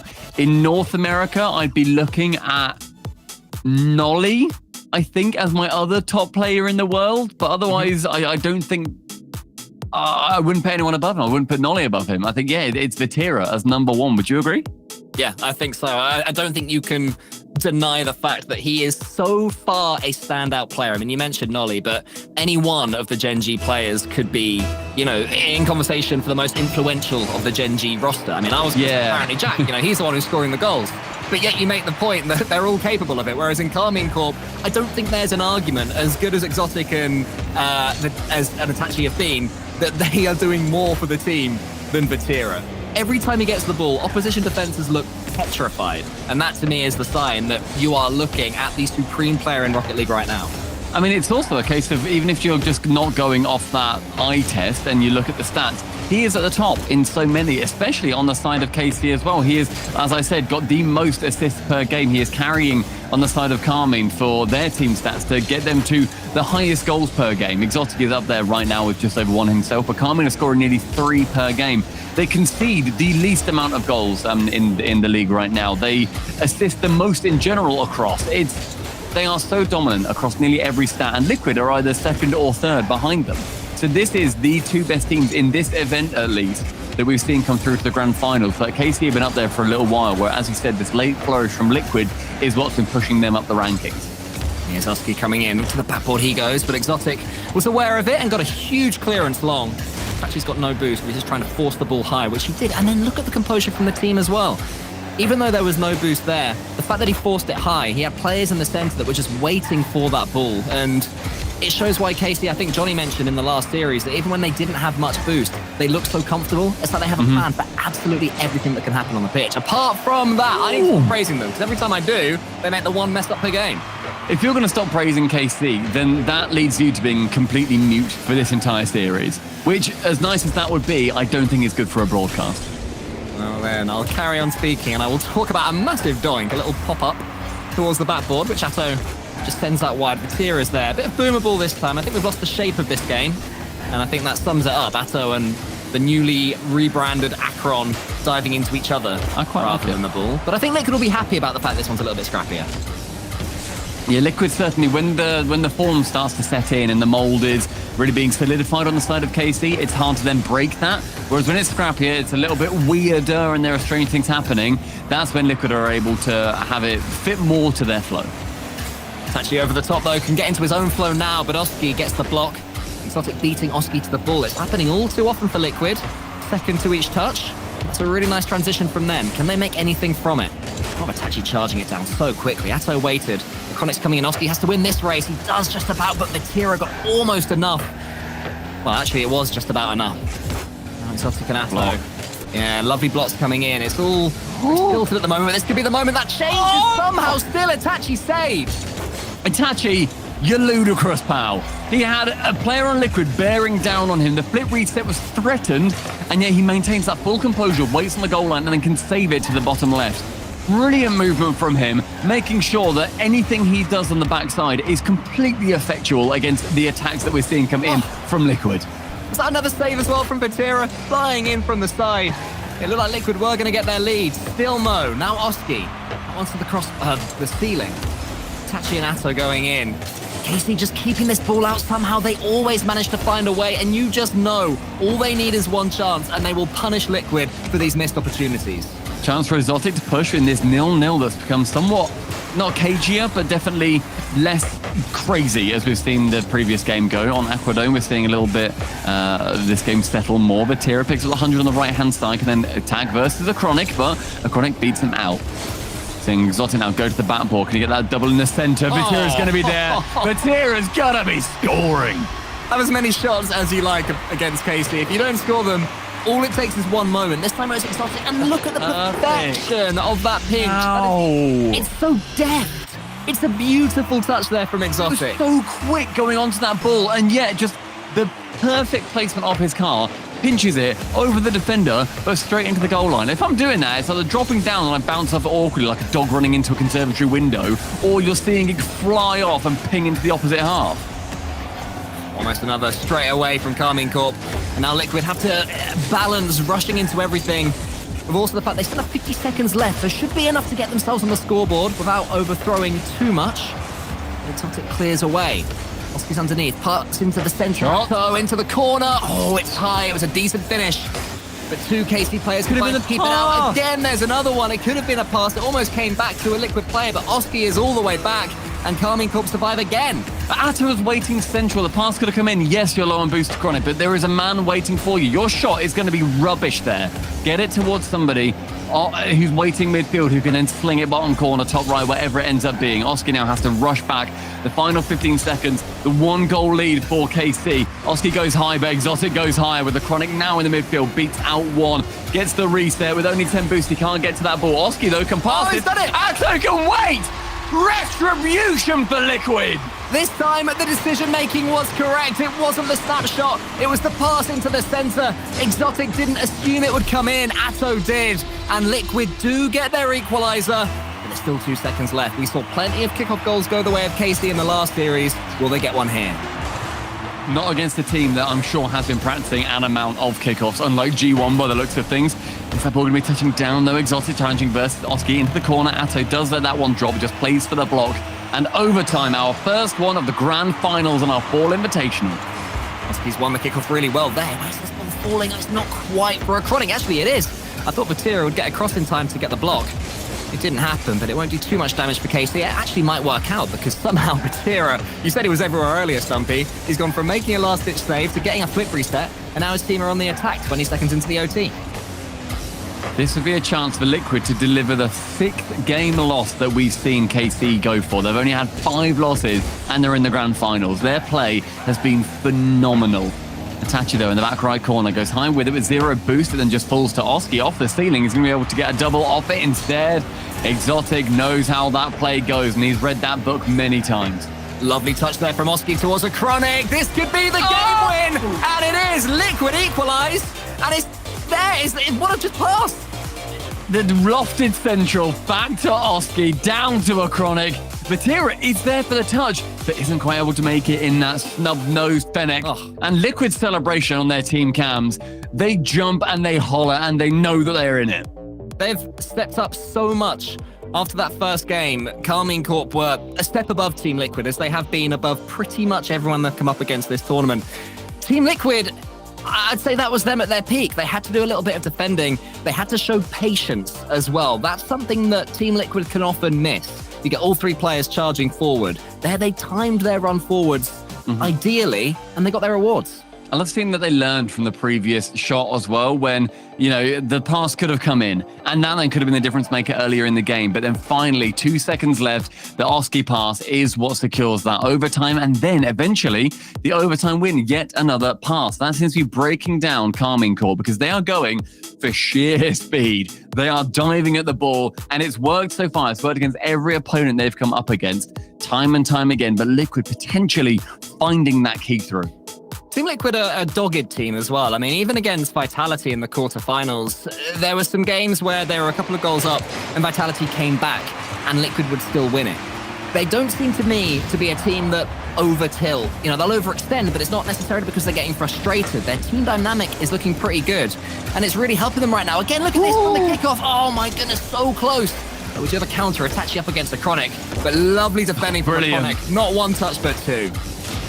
Managing to stay in the air, can block that second shot away. He knew it was coming, shut down the angles. No sense going to the floor. You're going to do nothing there. Acronik now on the right-hand side. Left if you're Itachi, as he just managed to collect that ball. 40 boosts. Atto wants to get that central yet again. With Oski, his chance to get it central. We're seeing so many passes come in. Vatira with 1 beat out, but literally the worst bounce that KC could have suffered. I was just wondering, how is that ball going to bounce? Is it going to roll up? Is it going to hit the wall first and come down and be available for a shot? Nope, it was pretty much directly on the edge and spooned its way towards the center. Another pass in from Oski, sees Exotic having to clear it towards that right-hand wing with 30 boost. The ball instead is left for Atto. An interception from nowhere. Sees now Oski shooting. It is passing as many times as Liquid humanly can, until Atto passes to himself 3 times and the save from Exotic. Oh, but still the attack comes in. Another save there. Itachi this time in the top corner. Vatira can slow it down, but Atto is on him so quick. Team Liquid peaking right now against Karmine Corp. This isn't peaking. Oh, there's so much more that we can see from Liquid. This is just KC being able to defend out, well, I'm saying like 80% of what we've seen from Liquid. This is a disservice if this is peaking. I mean, I think that triple touch wasn't far off peaking. I've got no idea how that one was kept out. Karmine Corp somehow found a way. They had a little bit of attack, but Team Liquid survived that too. So defensively, they're looking okay, Team Liquid. Itachi is going to win this one cleaner though. Vatira really wanted that pass. Itachi ignored him, went over the top. Vatira might be able to profit in the end. Quite more good defending. Acronik has a chance here. This should be 1-0. Oh, beautiful. Lovely finish. And it is the 1-0. The tip on from that final shot is Exotic and Itachi in each other's way in the end, where Exotic didn't need to go in for that. Acronik can then tap it on from the pass from Atto, who just had to get it downfield. Acronik is waiting, and Acronik is getting that first goal. And that is the lead for Team Liquid. I think their first one in this series. Yeah, I think it's the first time they've scored the first goal in a game. Just saying how much better they have been at starting each time. No longer surprised by Karmine Corp's speed and aggression. Itachi sets that one up, and Atto wins the race, or at least gets to that wide. Oski's got not too much boost, but thankfully for him, Acronik's helping out. Now Exotic, his turn to send it high. It's not really happening for Karmine Corp all of a sudden. You know, these passes that were so influential earlier on, they're being read by Team Liquid every single time, and there's actually some misses coming in, some whiffs from KC. They seem shaken to me. There's a few chances, yeah, you're right, where you're seeing Vatira go up for a ball and they're kind of shying away from it. Acronik, they're thinking there's going to be a block, but instead KC stay completely grounded. From Vatira to Exotic, and a miss from Oski leaves open again for Vatira to shoot, but Atto is able to cover the vulnerable net. Exotic now with 80 boost. He's Itachi waiting, wants to drop it down with yet another 50, where he got that first goal in game number 1. What we do know about Karmine Corp is that they will not panic. Sure, things aren't really happening for them at the moment, but they've got the presence of mind to just pass the ball around, make sure they don't go 2 goals behind, and know if they can get that ball forward, they will eventually have boost, and they will be able to break through this Team Liquid defense. Team Liquid have to be aware that any second that can happen, and maybe they can double their own lead. Not quite on that occasion. And Karmine are, bear in mind, the highest scoring goals per game team that we've had in this entire regional. And to shut them out would be a huge statement. Yet again, this series is all about statements to be made. And if we see that, it's going to be quite confidence-inspiring, I'm sure, going into game number 4 with 1:30 left. It's Atto to defend. Exotic waits and lurks, gets it central. Itachi is going to be able to shoot, but Acronik from nowhere steer it away to the side. Left-hand wing sees Atto in the sky. 20 boost and a flip reset. Below one, slide to another. Nearly the dunk on Exotic. Still might work out for a goal, though, for Team Liquid. The first play didn't quite happen, but they recycled, they kept it going, and they get their just desserts. And doubling up with 1:10 left. A goal from Oski back round behind Vatira. Big. Liquid seeming incredibly confident, getting that 1 overtime win. That 2-second goal has opened up that game, of course, and this third one. Could be through here. Atto, he wants to go towards his teammate off the backboard. Oski's coming in. Team Liquid, I love this from them. It would be so tempting to try and defend at 2 goals up, but that's not the Team Liquid way. They want to make it through. They want to build even more momentum going into game number 4, and they're potentially doing it the right way, but that miss might put them in trouble. Itachi, he's blocked down. Exotic is charged down now by Oski. 2 up. And now there's 2 of them. They're racing to the ball. It's just gone a little bit wide. It's not too bad though, because now, although Liquid are low on boost, there was quite a lot back in their own half, and so they all recover. That one bouncing, bobbling, temptingly over towards the backboard. Acronik is up to shoot. It thought it was going to be a 50 with Exotic, but instead, Atto is on clean-up duty. Going to the backboard. Oski's there to receive. Triple up goals for Team Liquid. Look at the pace here. Atto coming in from the side, breaking rotation and staying on the ball as well. While doing it, getting so much power on the ball. And of course, as soon as it hit that backboard, you just knew. Oski was hitting that 100 times out of 100. And so it proved to be. It's the emphatic passing that we're seeing Liquid trying to utilize as often as they can. Trying to go for them speedy. Nothing lofty, nothing floaty and awkward where there's going to be an interception. It's full send, full bore, full win. And Team Liquid, they've been able to do so in this third game. And that is going to be, strangely enough, for a lot of people in chat, for the 70-80% that were saying it was going to be KC, it is the series lead for Liquid as we go into game number 4. Now, keeping a clean sheet against Karmine Corp, you said they're the top scorers in this regional. They are the top scorers in this season overall, and they were held to absolutely nothing. So it is no surprise that Karmine Corp have opted to take a tactical timeout to talk things through, because that was, let's just say, a deserved 3-0 Team Liquid victory. Yeah. And in fairness to you as well, Cole, towards the end of that game, we got closer to peaking. I will say, I think it started off as the machine was whirring up and it felt like it was, oh, okay, this is something. We're getting there, but we weren't quite at max speed, but that felt somewhere near it. A brilliant upswing towards the end of this split so far for Team Liquid, vying to try and get that EU number 2 spot. Team Secret is their target to face at the Rotterdam Major. Otherwise, bear in mind, everybody, if they get 4th, which is what they're guaranteed to do, regardless of what happens, if they lose, they will be going up against version 1 from North America. We're seeing something when this game resumes that we haven't really seen since the Fall Open, the first regional of this split in EU, and that's Karmine Corp on the ropes. because it has been such a smooth run for them since then. So cast your minds back to when Oxygen Esports beat them 4-2 in that first grand finals. And it was mechanics, it was pace, it was momentum that they built against Karmine Corp that KC then struggled to deal with. And Team Liquid, pace and mechanics, that's pretty much what you associate them with. Yeah. It's also paced to a fault at times. I remember looking at some of the stats that we saw throughout the season so far. And like Oski and Atto were the two highest players that used the most amount of boost, with only like half of it stolen as well, when you normally see like, what, 60, 65% of it stolen. So they're grabbing boost, they're going for it straight away. And the fact that two of them are spending most of the time in the opposition half as well, it suggests that we're seeing a lot of Acronik towards the back too. But when all three of them get involved and it becomes that bim bam, the passing between each other as often as they want to without the interceptions coming in from their opposition, that is when we see Liquid at their most dangerous. And that is absolutely what we saw in that third game. But game number 4 on Utopia is going to be a chance for KC to work their way back into the series. Otherwise, sure, they've locked in their first spot, but they want to get that double win. Yeah, completely. They don't want to be the other team that have second, first. Yeah. They want to be the only team, at least from EUNA, that have first, second. That is where the real money is, and that is what KC will be fighting for. That's what the Blue Wall will expect them to find a way to manage, even against Team Liquid, even against 3 players who have pretty much never failed any task put upon them in Rocket League. You know, when they came together in spring, no one really expected them to make the London Major. They did. It literally was too late to make Worlds. I think they had to win the London Major to even stand a chance to make Worlds. Such was how late these 3 came together. But they've always managed to find a way, Team Liquid. So maybe they are the way to snuff the KC flame. And I want to keep bringing it up as well. They also reverse swept G2 on that fateful day, and it was wonderful to watch from the arena. It was just an incredible atmosphere. Nobody was there apart from production and talent, and it was so much fun just to see Liquid just go to the ability that we know that they've been able to show off.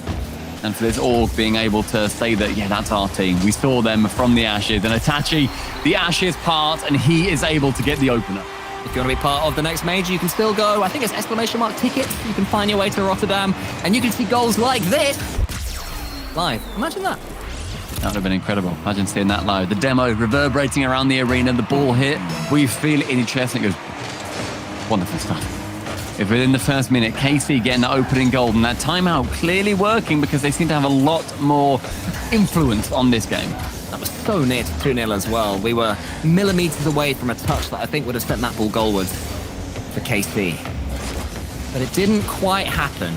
They do have the attack going on still. Vatira has a lovely touch and a gorgeous second one as well. So Exotic can fly in. He has to be really wary of Itachi here. He wasn't. He did not pay him anywhere near enough respect. Somehow they're surviving. Oh, lovely pass. That could have been a misses though. Itachi surely. No, it's wide again. Finally, the ball goes over the line and it's 2-0. So many of those, as I'm sure people would have noticed, could have been in. And then finally, it's just when the ball is above you and you're waiting in net and your camera just does not know what to do and you're sitting in your gaming chair getting whiplash, that's what Liquid, I think, were experiencing in that moment. But the full pressure from KC allowed that second goal to come in, and a timeout continuing to pay dividends. It's exciting to me that Karmine Corp do have another gear. They have found things so simple that the question was always, when they're really pushed, when they're against the wall, how much more can they dig into? I think we're seeing that they do have more to dig into. Because actually, we were talking about that first regional, right? And Karmine Corp, they were an ultra-aggressive team. They didn't have anywhere near the balance that they're showing now as all 3 of them dive towards the ball on the goal line. It seems that they're tapping into a little bit of that, chucking themselves at it, showing a less controlled but more attacking playstyle now. The back corner pass to Exotic, and the leaving of the ball now leaves the goal completely open for Oski to try and capitalise. What? And he does. Wondrous play. Oski using every single brain cell of brilliance. The reset, goes low, taps it in. That is far from a dumpster fire that his tag seems to suggest.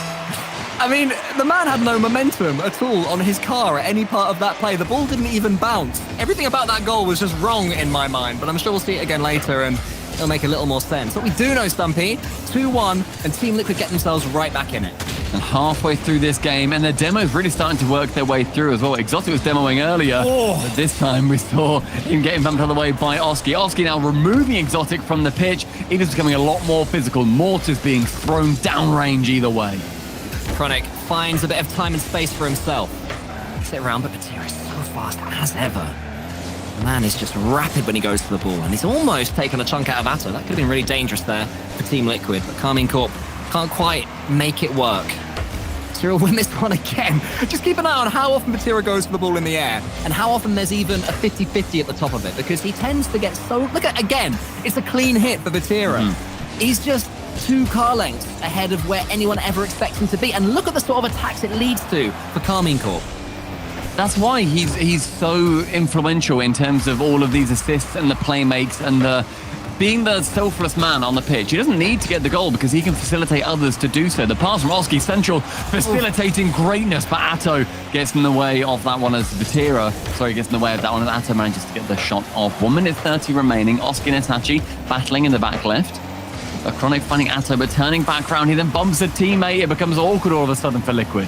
It's been another shot-heavy game right now, almost 10 for both teams. Exotic in the centre, that adds another one, but it's a little bit wide. Exotic follows up somehow. Acronik blocks that one too. Pinball there in the goal area. Oski's got no boost, so all we can do is try and slow this one down for a second. Akronik's low as well. All of Liquid actually a little bit starved. Let's see if they can make anything from it. They can't, and perhaps they've overextended. They had more time left than they thought. Exotic gets a lovely little musty flick, and it's 3-1 Karmine Corp. That's the most generous use of the term musty flick. It's one that I would score in free play and think nailed it. 3-1, KC going ahead. Right, sorry, I'm not letting you get away with that. You said I scored a musty flick and showed me that. I remember that. I was like a year and a half ago. No. I just said no. I almost actually scored a really nice one. It had loads of power on. Anyway, I personally don't care. Okay. But that's just me. Do you care about the fact that Acronik just made a save on Exotic, mate? Care about that? Apparently not. Atto to his side. Itachi's there. Good little turnaround here from Team Liquid, but Karmine Corp are now back in their more usual position of being able to try and keep the ball away, swat it away from the upcoming attackers for 30 seconds or so. They love being in this position. They're always there. Such good defending. They keep hold of boost as well, and even if they don't, all they need is one player. Comms perfect for Karmine Corp. This is an absolute lesson in game management right now. Liquid have to break through it. Maybe this is the moment. No, Itachi, another great save. Atto finds Oski. Acronik, can he just give us something to hope for the last few seconds? No, he can't. Karmine Corp have suppressed Team Liquid's best efforts for a 3-1 game win to make it 2-2 overall. The repeated low and slow passes from Liquid, I feel they're onto something there. They allow Karmine Corp to throw themselves as hard as they can at the ball and then just chip them, just lob them, just send it low. Like it's a hair's width away from them being completely tackled. But on that final play, they didn't get a goal, but it looked like one of the better chances aside from the point where they actually did get that goal. The shots coming in from Oski, he had 6 in the end, but just the one. He could have been a little bit more clinical with it, I suppose. And that shot coming in is remarkable. The way he was able to get the reset and then tap it just underneath the crossbar is something that I'm sure we're going to be seeing in some kind of top play montage on YouTube. Karmine Corp, I think they had an inkling that Team Liquid were going to overcommit when they were 2-1 up, but they never came near to overextending. And sure enough, Team Liquid did fall into their trap eventually. That's how Karmine Corp got their 3rd goal. I think that's part of what makes Karmine Corp so good. They are an intelligent team. They're not just mechanics. They're not even just decision-making. It's that instinct of what to do when, and it worked for them flawlessly in that last one. Wasteland is going to see one of these teams go on to series, match, championship point, whatever it is, it's all on the line. And the 5 minutes between now and then is going to be one filled with action as Acronik is immediately set on the path of saving. Oh, lovely demo as well from Itachi. That's going to allow him to get a dunk on Oski. And then almost a pass into the center. He did 2 of the 3 things he needed to do there. Didn't do the 3rd, but Exotic got in and helped out. Oski can bump. So he's got time. Gets it over the top of Itachi. Exotic from the side. Acronik's there. Been sort of half chances for either team already in this 30 seconds. Oski was able to bump on that chance, but just didn't want to commit to it fully, which I really feel like he should have done. Like both these teams are so incredibly low on the demos. They're near they're 15th and 19th at the moment. they don't go for demos. It opened up the game earlier for KC, but why don't Liquid try and abuse that? Why don't they try and send them off that path? Especially if Karmine Corp have done their homework and know that Team Liquid aren't into that playstyle. It could really surprise them. Yeah, go for something peculiar. Liquid are so good at being peculiar. As Acronik on the reset has it saved away from Vatira, but as it comes off the ceiling, the fact he can secure that and have it be a threatening shot and not just one that trickles towards the net, it's something that needs to be utilized a little bit more for Liquid, I feel. Acronik now going into the right-hand corner with 0 boost on to him. Atto and Vatira challenging. The mid boost picked up by a Liquid player and just keeps getting punted into the corner. You don't really get many goals coming from that position, especially when the long shot can find its way in. Yeah, that just for a second looked like Team Liquid had done it again and let Karmine Corp in for an easy one. That's what KC are hoping for. That's what they're expecting, if anything, as they stay back there. That's a good read, though, from Atto. Got a lovely block. Tachi's not quite there for the pass that Exotic was looking for, but Vatira is already up. Pre-jumped that one well. Itachi underneath it. Team Liquid there. We're seeing so many passes that are almost. Not quite one that's meeting its target. Yeah, lots of chances, you're right, but just not being able to get that final 10% right now. We're seeing KC, and I've seen Itachi be quite slow on multiple chances until that low 50 comes in. It was even, but now 1-0 for Liquid opens up the game, and the 50 from Oski is perfect. He gets swiped out the way, but Atto is there to finish what he started. Lovely finish there from Atto as well. That was a proper boomer from Maladl on the floor. Just a little bump, and it's the goal. Team Liquid earned it, though. It was that touch in the center that did all the hard work. I know they have done a lot of hard work so far in this game. They're going to have to continue to do so. Demo. Now the demos are flying in. You said to mix it up. It's happening, and it works instantly for a response for Karmine Corp. KC remove that backline and it becomes also easier. Vatira can't help but assist, and Exotic, he can't help but score. The backflip on the line, Atto isn't able to get any touch on that chance. 1-1 as we approach halftime. Wasteland is living up to that name of the scrap heap.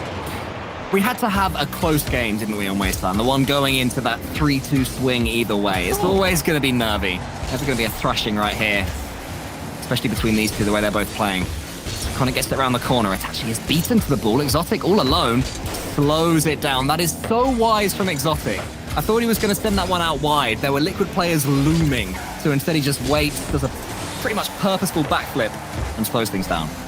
Oski leaves that backboard and pinches alongside Vatira on the ceiling, who, again, is getting challenged so high in the skies that he's been pretty much shut down for a lot of this game. Yeah, he got an assist earlier, but it came from that demo coming in. If he gets shut down in a lot of the times when he takes an aerial play, then they're going to do pretty well out of it, I feel. Vatira again going up high and gets challenged by Atto this time, shutting him down as often as they're able to. Karmine Corp are trying to do these little mini fakes and jukes, and Team Liquid just aren't falling for it at all. Karmine Corp's attempts at dictating the pace are pretty much falling on deaf ears as far as Team Liquid are concerned. They're attacking the ball very quickly, and that's meaning that Karmine Corp, for now, are just relying on 50-50 challenges to hope something happens. And they will eventually, but not quite the way they want to play the game. Atto burning a lot of boost there to not get any payoff, realistically, as now Itachi saving it away from the blind spot of Oski. Atto now onto the backboard. 22 boost, a touchdown. The in and out save is successful, but Exotic, he had to wait as that trickler approached. Yeah, that was like a slow motion in and out save. He actually did really well to keep up his composure there and not rush into it, but that was a mistake. It was from Itachi, I believe, and Atto comes in for the score. And he rushes, he waits around, he does not leave, despite the fact that he's low on boost. And Vatira, he thought he was confident to take it to the floor and then have the touch. Instead, Atto realizes that's bounced awfully high, Vatira. I fancy punishing you. Just as we were saying, Team Liquid, they are just diving in, not falling for any of Karmine Corp's tricks. You can't overplay against them when they're like this. Team Liquid, that is. You've got to make sure that all your touches are clean. Get rid of that ball as far as Karmine Corp are concerned, because now Team Liquid have got yet another lead to hold on to, and now we find out how their game management is. Last time they had the lead, they lost it in seconds. Can they keep it a little bit longer this time? Under 45 seconds remaining, and the lead in favor of Liquid is something that earlier on in the day, I don't think anybody realistically fathomed would happen. We all thought, yeah, Liquid get to the final, but KC, they are just the winners. They're going to be able to do it. Instead, Wasteland bearing witness to a potential upset. Oski passing back towards Atto with 100 boost. He has to just retreat because Itachi has smelled blood in the water. Back right. That's now Central, rather. Oski with 100 boost, gets challenged. Acronik is up quickly, but Exotic is that bit faster. Atto has to really make sure he stays behind this ball. He's reached by Vatira, but the ball just falls to another Team Liquid player, almost helped on its way. Keep away. To the KC net, they're doing well. Our Team Liquid, they are doing incredibly, in fact, to make it 3-2 in games to themselves and put them on the cusp of their first regional victory. It's their first time in the semis. It's their first time in the grand finals this season.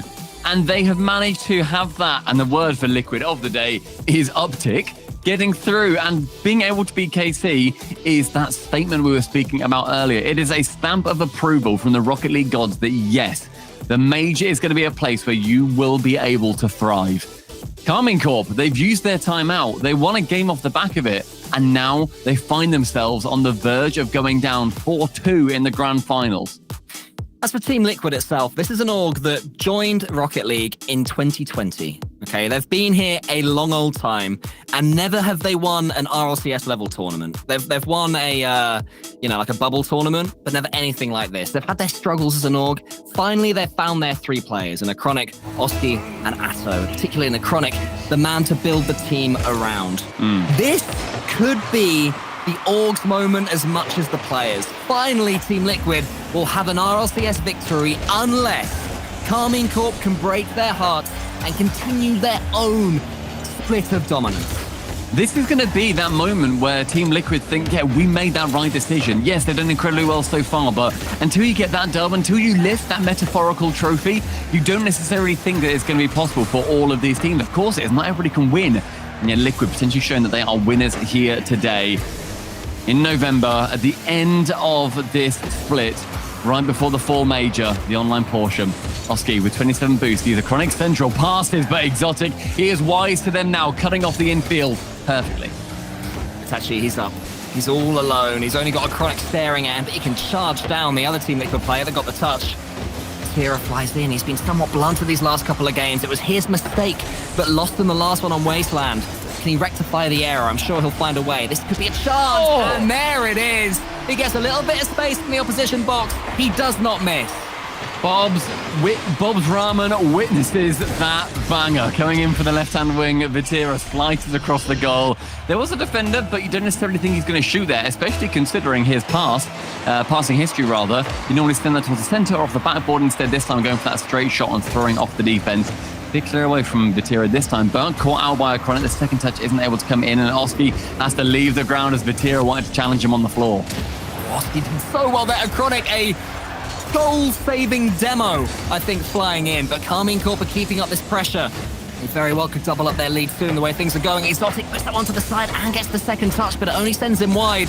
It's a little bit desperate right now for Team Liquid, and that's because Karmine Corp once again have gone up yet another gear. Oof. Team Liquid now playing counter-attacking Rocket League. How do they have 8 gears? It's the fact that KC are able to just, okay, we've got them in 5th gear, fair play, you are flying. 6th gear, okay, you look unbeatable. We're on like 8th gear now. And the fact that they are able to just continue finding ways to improve is mind-boggling to me. And also it shows that they know that there are areas that they can improve on in any given game. Oski stealing one boost away, sees a couple central, instead fakes that one away and then maintains control. Great play from him with the reset. Only 10 though, goes for the double, goes for the bump, but misses both of them as Exotic takes full control of this play. He has Atto in front of him, gets it past him, tries to maneuver the ball into the corner. It was actually very similar to Vatira's finish that put Karmine Corp in the lead earlier on, just from the other side. Demo? Team Liquid have a chance. There's a musty. It's exactly the equalizer! Atto! Hey, but I don't care if that's what he meant. He gets the goal. It fakes out Vatira in its entirety. Vatira has to block high, he has to block low, and instead it can trickle its way in. They all count for one, and the equalizer is exactly what we needed to see from Liquid on Neo Tokyo with dead level. Another chance maybe early on after the kickoff for Team Liquid. Atto to the ceiling. So I think that's, no, there was a double commit there from Karmine Corp, but Exotic falls down heroically. Now we've got a bump attempt for Tira. He's up against Oski, who's just been bumped. It hits Exotic en route and somehow doesn't go in. And the sheer patience from Oski there just to wait on the floor, knows that if he goes high, Vatira's waiting for him. He wants him to jump to get out of position. Brilliant play from him. Large Oscar is certainly fully in play here. Sent long with 2 minutes remaining for Exotic to pick up. Atto challenging, again completely diving at every ball that they can with the sheer speed and grace of a lion on a train. To save away, Itachi high into that corner. Instead now 3 commit on the ball. KC looking somewhat flummoxed at the pressure they're being subjected to. But still they refuse to concede again. They do not want to go behind here. They have to win this one to KC just to force the game 7. Otherwise, the regional belongs to Team Liquid. KC do get a huge clearance all the way to the other end. It's massive. Same again, back and forth. No one wants to make a mistake at this point. The boomer ball comes out, but that is an unforced double commit. Can it put them in too much danger? There's a miss there. Another fake from Acronik. Vatira's coming in. And Austin just gets the ball away from his own goal. It was that and a double backflip. It opened the gate somewhat for KC to get something, but instead nobody comes in. Oski pre-flipping onto that ball with 0 boost. He now ends up with 1. Wants to rotate via that mid, but Vatira looking dangerous in the skies. So to save it away on that occasion. Acronik high with Oski committing as well. That's going to be another burn 30 boost. Atto missing. Instead Itachi goes to the backboard, but Acronik positioning leaves that ball in a very boomable position. All of these players are stretched. They are tired. The amount of misses coming in the air is unlike anything we've seen in this series so far. Like nothing we've seen from Karmine Corp in this entire split. Such is the exhaustion that Team Liquid's constant attack is putting upon them. We remain locked. 1-1, 30 seconds left. Champions Field potentially beckoning, but Karmine Corp have to just unlock that. Oh, maybe this is it. No, it's another save. A huge block on the goal line from Team Liquid. And now they have the pass to the other side. Itachi, he backflips. And Exotic is in the perfect place to take it away. In the air is KC, and it falls to the back left corner. Atto challenges Itachi. Instead, Itachi can weasel his way through. Backboard for Oski to send it long. Acronik goes for the bump on Exotic. Oski again going for these attacks. So many 50s coming central. Atto wants to go for that one to get a pass off. Instead, Exotic now at 0 seconds, 1-1. This overtime, as it apparates, is going to separate us from either a champion on Neo Tokyo or Champions Field Game 7. Exotic should be able to boom this one away, but now Acronik comes in. It's a good start to the overtime right now for Team Liquid. Karmine Corp back into defensive responsibilities as soon as possible. This one could be it. Oh, Itachi! He just about nips in, but Team Liquid will carry on. Again, aerial is Acronik. The backboard has Vatira clearing it long. They're starting to get withered away. Low on boost. Atto with a pre-jump still can't beat out the speed of Exotic. Acronik just has to clear that one long. Exotic, though, sees him land back on the floor. Atto to receive Oski's pass. A save from Itachi, keeping KC in this series and competition. They do not look comfortable right now, though, Karmine Corp. Vatira might be able to give them just a little bit more comfort. He has got it at least down to the other end. Pass almost backfired. Team Liquid read it, but they couldn't quite get the touch. And Oski can clear. The sheer aggression from KC, they know what works for them. It's throwing everything. That's going to ramp down awkwardly, but Atto's able to read it fantastically. Somehow, in the end, Vatira low on, high on boost, but low on going forward power. The acceleration just not going for him there. Oski and Itachi challenging in that back left corner now, floating awkwardly. Neither team wanted to commit on that ball. So every single play could be the final one. Exotic bumping one. Vatira now in the skies. We know how dangerous he is. The bump, the chance, the Oski to be the blockade. That one now floating very nicely, but nobody taking the full chance on it. Now the 100 boost picked up by Vatira. He doesn't go for the reset. Instead, he goes to the ceiling. No one to shoot this time for KC as Exotic hangs back. Finally, KC had run out of boost, and Team Liquid can nip away Vatira. Huge save and the composure and presence of mind to get it all the way again on the floor. Staying grounded, this player. Never waste an aerial, but Team Liquid playing in the air. It's a real difference in dynamics right now. Team Liquid to the skies, KC on the floors. Which one is gonna come out on top? This one's gonna fall to Atto, and he is on the floor. Straight to the sky with the reset, though. Gets over a single player. Vatira to save it away, but that one's slow, lofting, floaty. As Acronik can shoot, saved away this time. Exotic and Itachi both committing on that one. A little bit of panic potentially on that goal line. Vatira shooting, and Oski pre-jumping the save. Get down, Mr. President. We need you alive. Exotic has to avoid Oski there. He did just about enough. Atto up against Vatira. He nearly passed him. Atto gets it into the top right corner. Team Liquid, for the first time in the org's history, take a regional victory. And these three players will be EU second seeds at the Rotterdam Major. champions in Europe. Team Liquid have fought so hard to get this victory. They have been through trials and tribulations this entire season. Going back to last season, they had the chance to prove themselves at the major, and they get another one. Spring, that was their first attempt. Their second one, a second seed, Cole.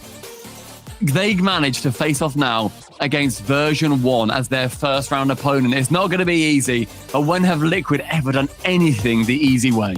Well, Falcons Ahmad tweeted that he wanted to see Liquid at Rotterdam before they played their semi-finals. They have done more than qualify for Rotterdam. They've won the regional, have Team Liquid. This is like a microcosm of their last season, you know, struggling at the beginning, and then at the end, they just turn into this ultimate machine. But Karmine Corp Stumpy, I mean, we saw their player reactions earlier on. They looked frustrated. They have to harness this when they get to Rotterdam themselves. As a reminder, EU's #1 seed. Yes, that is what a battle. The fact that, you know, we were looking at all the results flying in on Friday, but unfortunately we couldn't be with the Liquid boys, which I don't want to say it's our fault now that we weren't there for the Friday, and then they go through and win the bridge. It's our fault. Fair enough. We'll take the L on the previous two.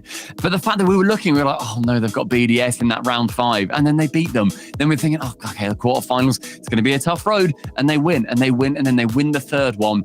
This playoff bracket has been a chance for Liquid to thrive and show exactly what they have been able to do. And I am nothing but proud of what we have seen those Liquid fellas achieve. Karmine Corp, they've got a lot to do when they get through to the Rotterdam Major. But before then, you're right, we got a desk.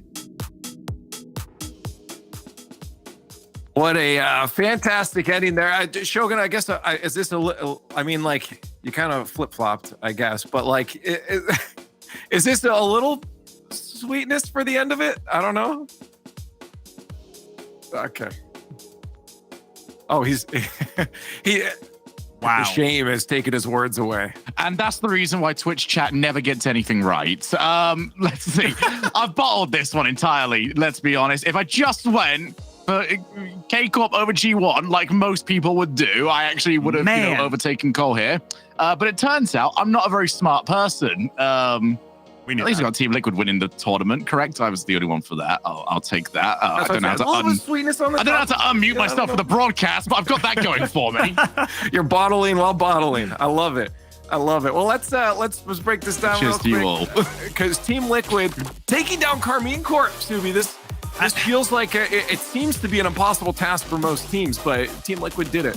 They did it in true fashion as well. I mean, Karmine Corp came into this one, and we were talking on the desk before this matchup started. They didn't look too great today, but they still are KC. But Team Liquid, they are peaking today, and my, oh my, they came in and just relentless pressure all throughout this matchup and just forcing airs on the side of Karmine Corp. You are looking at some insane individual skill over on the side of Team Liquid, and they continue to get better. This is only their second split, and they will continue to improve from here. Yeah, this is, again, I think a phenomenal win for Team Liquid, a great proving point that it's not just one team in Europe. But talk about the win, we got Johnny and Acronik. Acronik, you're back. I'm going to be honest, I didn't expect to be talking to you right now, but I couldn't be happier for you because not only have you guys qualified for the major, but you've done it as second seed. I mean, did you have any expectation of this coming in this weekend? Yeah, we expected to qualify for major, but not on this way, like winning the regional. Yeah, that's very impressive. Very impressive how you guys did it. The playstyle as well, so entertaining to watch. Now, you guys have just taken down Karmine Corp as well. Earlier on today, you said that you put yourself top 3. Are you willing to like up that at all, or are you still being quite reserved with your expectations? I put us top 2 now. I still think that KC are really similar to us, so I'm gonna give it a top 2. We're top 2. Top 2. Okay, so that's pretty good. Team Liquid top 2 going into the major. You guys have peaked at the right time. How did you do it? Like, try and explain to us. From the Team Liquid who are struggling to even get games against your rivals in Swiss and losing in the quarterfinals to now winning, how did you guys turn that around? What do you think was the biggest change that really helped you be able to make this performance happen when it mattered most? I think first regional is just like, I tweeted that I didn't sleep on one day, and then we got a hard matchup because of Swiss. So there's nothing related to the game there. second regional, we decided to change playstyle, and it kind of didn't work out as we made like top 11. And we decided to go back to the same playstyle that we used to play like from Spring Split from last season, and it kind of shows that it worked. Yeah, so it worked in the Spring Split last season, so exciting to think about the prospect of now seeing that internationally. What are your expectations now? You've made the major, but what is a good result for Team Liquid? What would you be happy with at the major itself? I think a good result for us in major would be top 4, but of course we're going to be fighting for the win because we know we can do it. And I believe your first round matchup has been confirmed as Team Secret Sam number 2. So any thoughts about facing South America at the first round of Swiss at the major? I don't think it's going to be an easy matchup, but for sure we can do it. Well, Acronik, I'm going to let you go and celebrate with your teammates. Enjoy the rest of the night. Congratulations again on securing number 2 seed for EU going into the major. Unbelievable run, and thanks as well for taking the time to talk to us afterwards. Thank you, Jenny. Yeah, it's absolutely celebration time. He was a bit humble and reserved before, Shogun. He's like, okay, we're top 3, but let's wait to see if we get the results before I say anything else. Now he's like, oh yeah, top 2. Clearly, they just got in the top 2. But yeah, it's definitely a stacked. Well, I mean, a hard region to get into that number 1 spot with K Corp there. Is this the most European thing that's ever happened? Where in the last hour and a half, we got a team secure their spot for the major, and in that time, by the time we got to the end of that hour and a half, they were the 2nd seed of the entire region. That seems very difficult to sort of make sense of in my head, but hey, this is just seemingly what we do. You bit normal now, really, of it, isn't it? Yeah, it's crazy. I mean, we see teams like Moist and BDS not even in this bracket here. But as you mentioned, we did secure our 5 here for the Rotterdam Major, Subi, and these are the top teams right here. Top teams 1 through 5. It's easy, but in case you're stepping away from the TV or wherever you're at, number 1 seed Karmine Corp. They did fall today, but the amount of points that they rallied up all through the fall split just solidified that for them. And then Team Liquid and Team Oxygen tied for points at number 2, but Team Liquid going to take the 2nd seed, then Oxygen, then Quadrant, and then Moist were able to just squeak in to get into Rotterdam. So again, congrats to them, but we have a bunch of matchups on our hand. Rotterdam is locked in. I can't wait for this major. It's going to be Karmine Corp going up against James Cheese, Gen G against Power without the vowels, FaZe Clan against Moist, the Club against Pioneers, Liquid versus Secret, like Johnny Boy was talking about earlier. Version 1 going up against Quadrant, Oxygen versus G2. And I think my favorite matchup, just to start it all off, is going to be Space Station going against Falcons. Oh, that's fun. I mean, Oxygen G2. Honestly, a lot of these are Yeah. a lot of these are fantastic matchups. I mean, that's what happens, Chogan, when you get the best of the best going against each other in a international land like this. Yeah, I mean, this has been so much fun. It's been so nice after we came out from the online era of just getting so many live events. I mean, this is now our 4th one. Sweden feels like so long ago. I've talked about this to you guys backstage. It feels really, really long ago since we had that sort of closed off LAN. And now we get our 4th tournament with fans joining us. So I'm looking forward to seeing everyone there for that. Well, I mean, this is it. That's done. We secured our teams to Rotterdam. That is the next step here. So now that we've kind of seen it, it doesn't just have to be about Europe, because we've seen all the regions competing and starting to give us a picture of what the regions are looking like in this season. Let's get some final thoughts from you guys before we head off, take our break before that Rotterdam major. So again, Shogi, start us off here and Subi can finish it. Oh my goodness. Thoughts together real quick. Monologue. Quick one. I'm just looking forward to it. There's nothing really else much to it. This is going to be a fantastic time. We never have a dull experience over a live event. So if you haven't got your tickets yet, be sure to go and grab them. Well, for me, I think the most exciting storyline is you've got 2 teams one from North America, one from Europe, where they made all 3 regionals in the grand finals in Gen G and Karmine Corp. So both of those teams. So you mean 2 European teams? No, North America. I mean, apparently Jack's my favorite American player of all time, obviously. But it's just going to be so much fun. And like Shogun said, just seeing fans in the building, it's going to be great. I won't get to see the fans there. I'm not going, but it's going to be so much fun to see you guys up there, and I can't wait. Well, with major spots secured, the next stop in the Rocket League Championship Series is the Fall Major in Rotterdam. Get your tickets with exclamation point tickets in chat. Right now, we want to see you there. But thank you so much for joining us for the regionals. But now it's time to take it to the next level. And we can't wait to see you all there.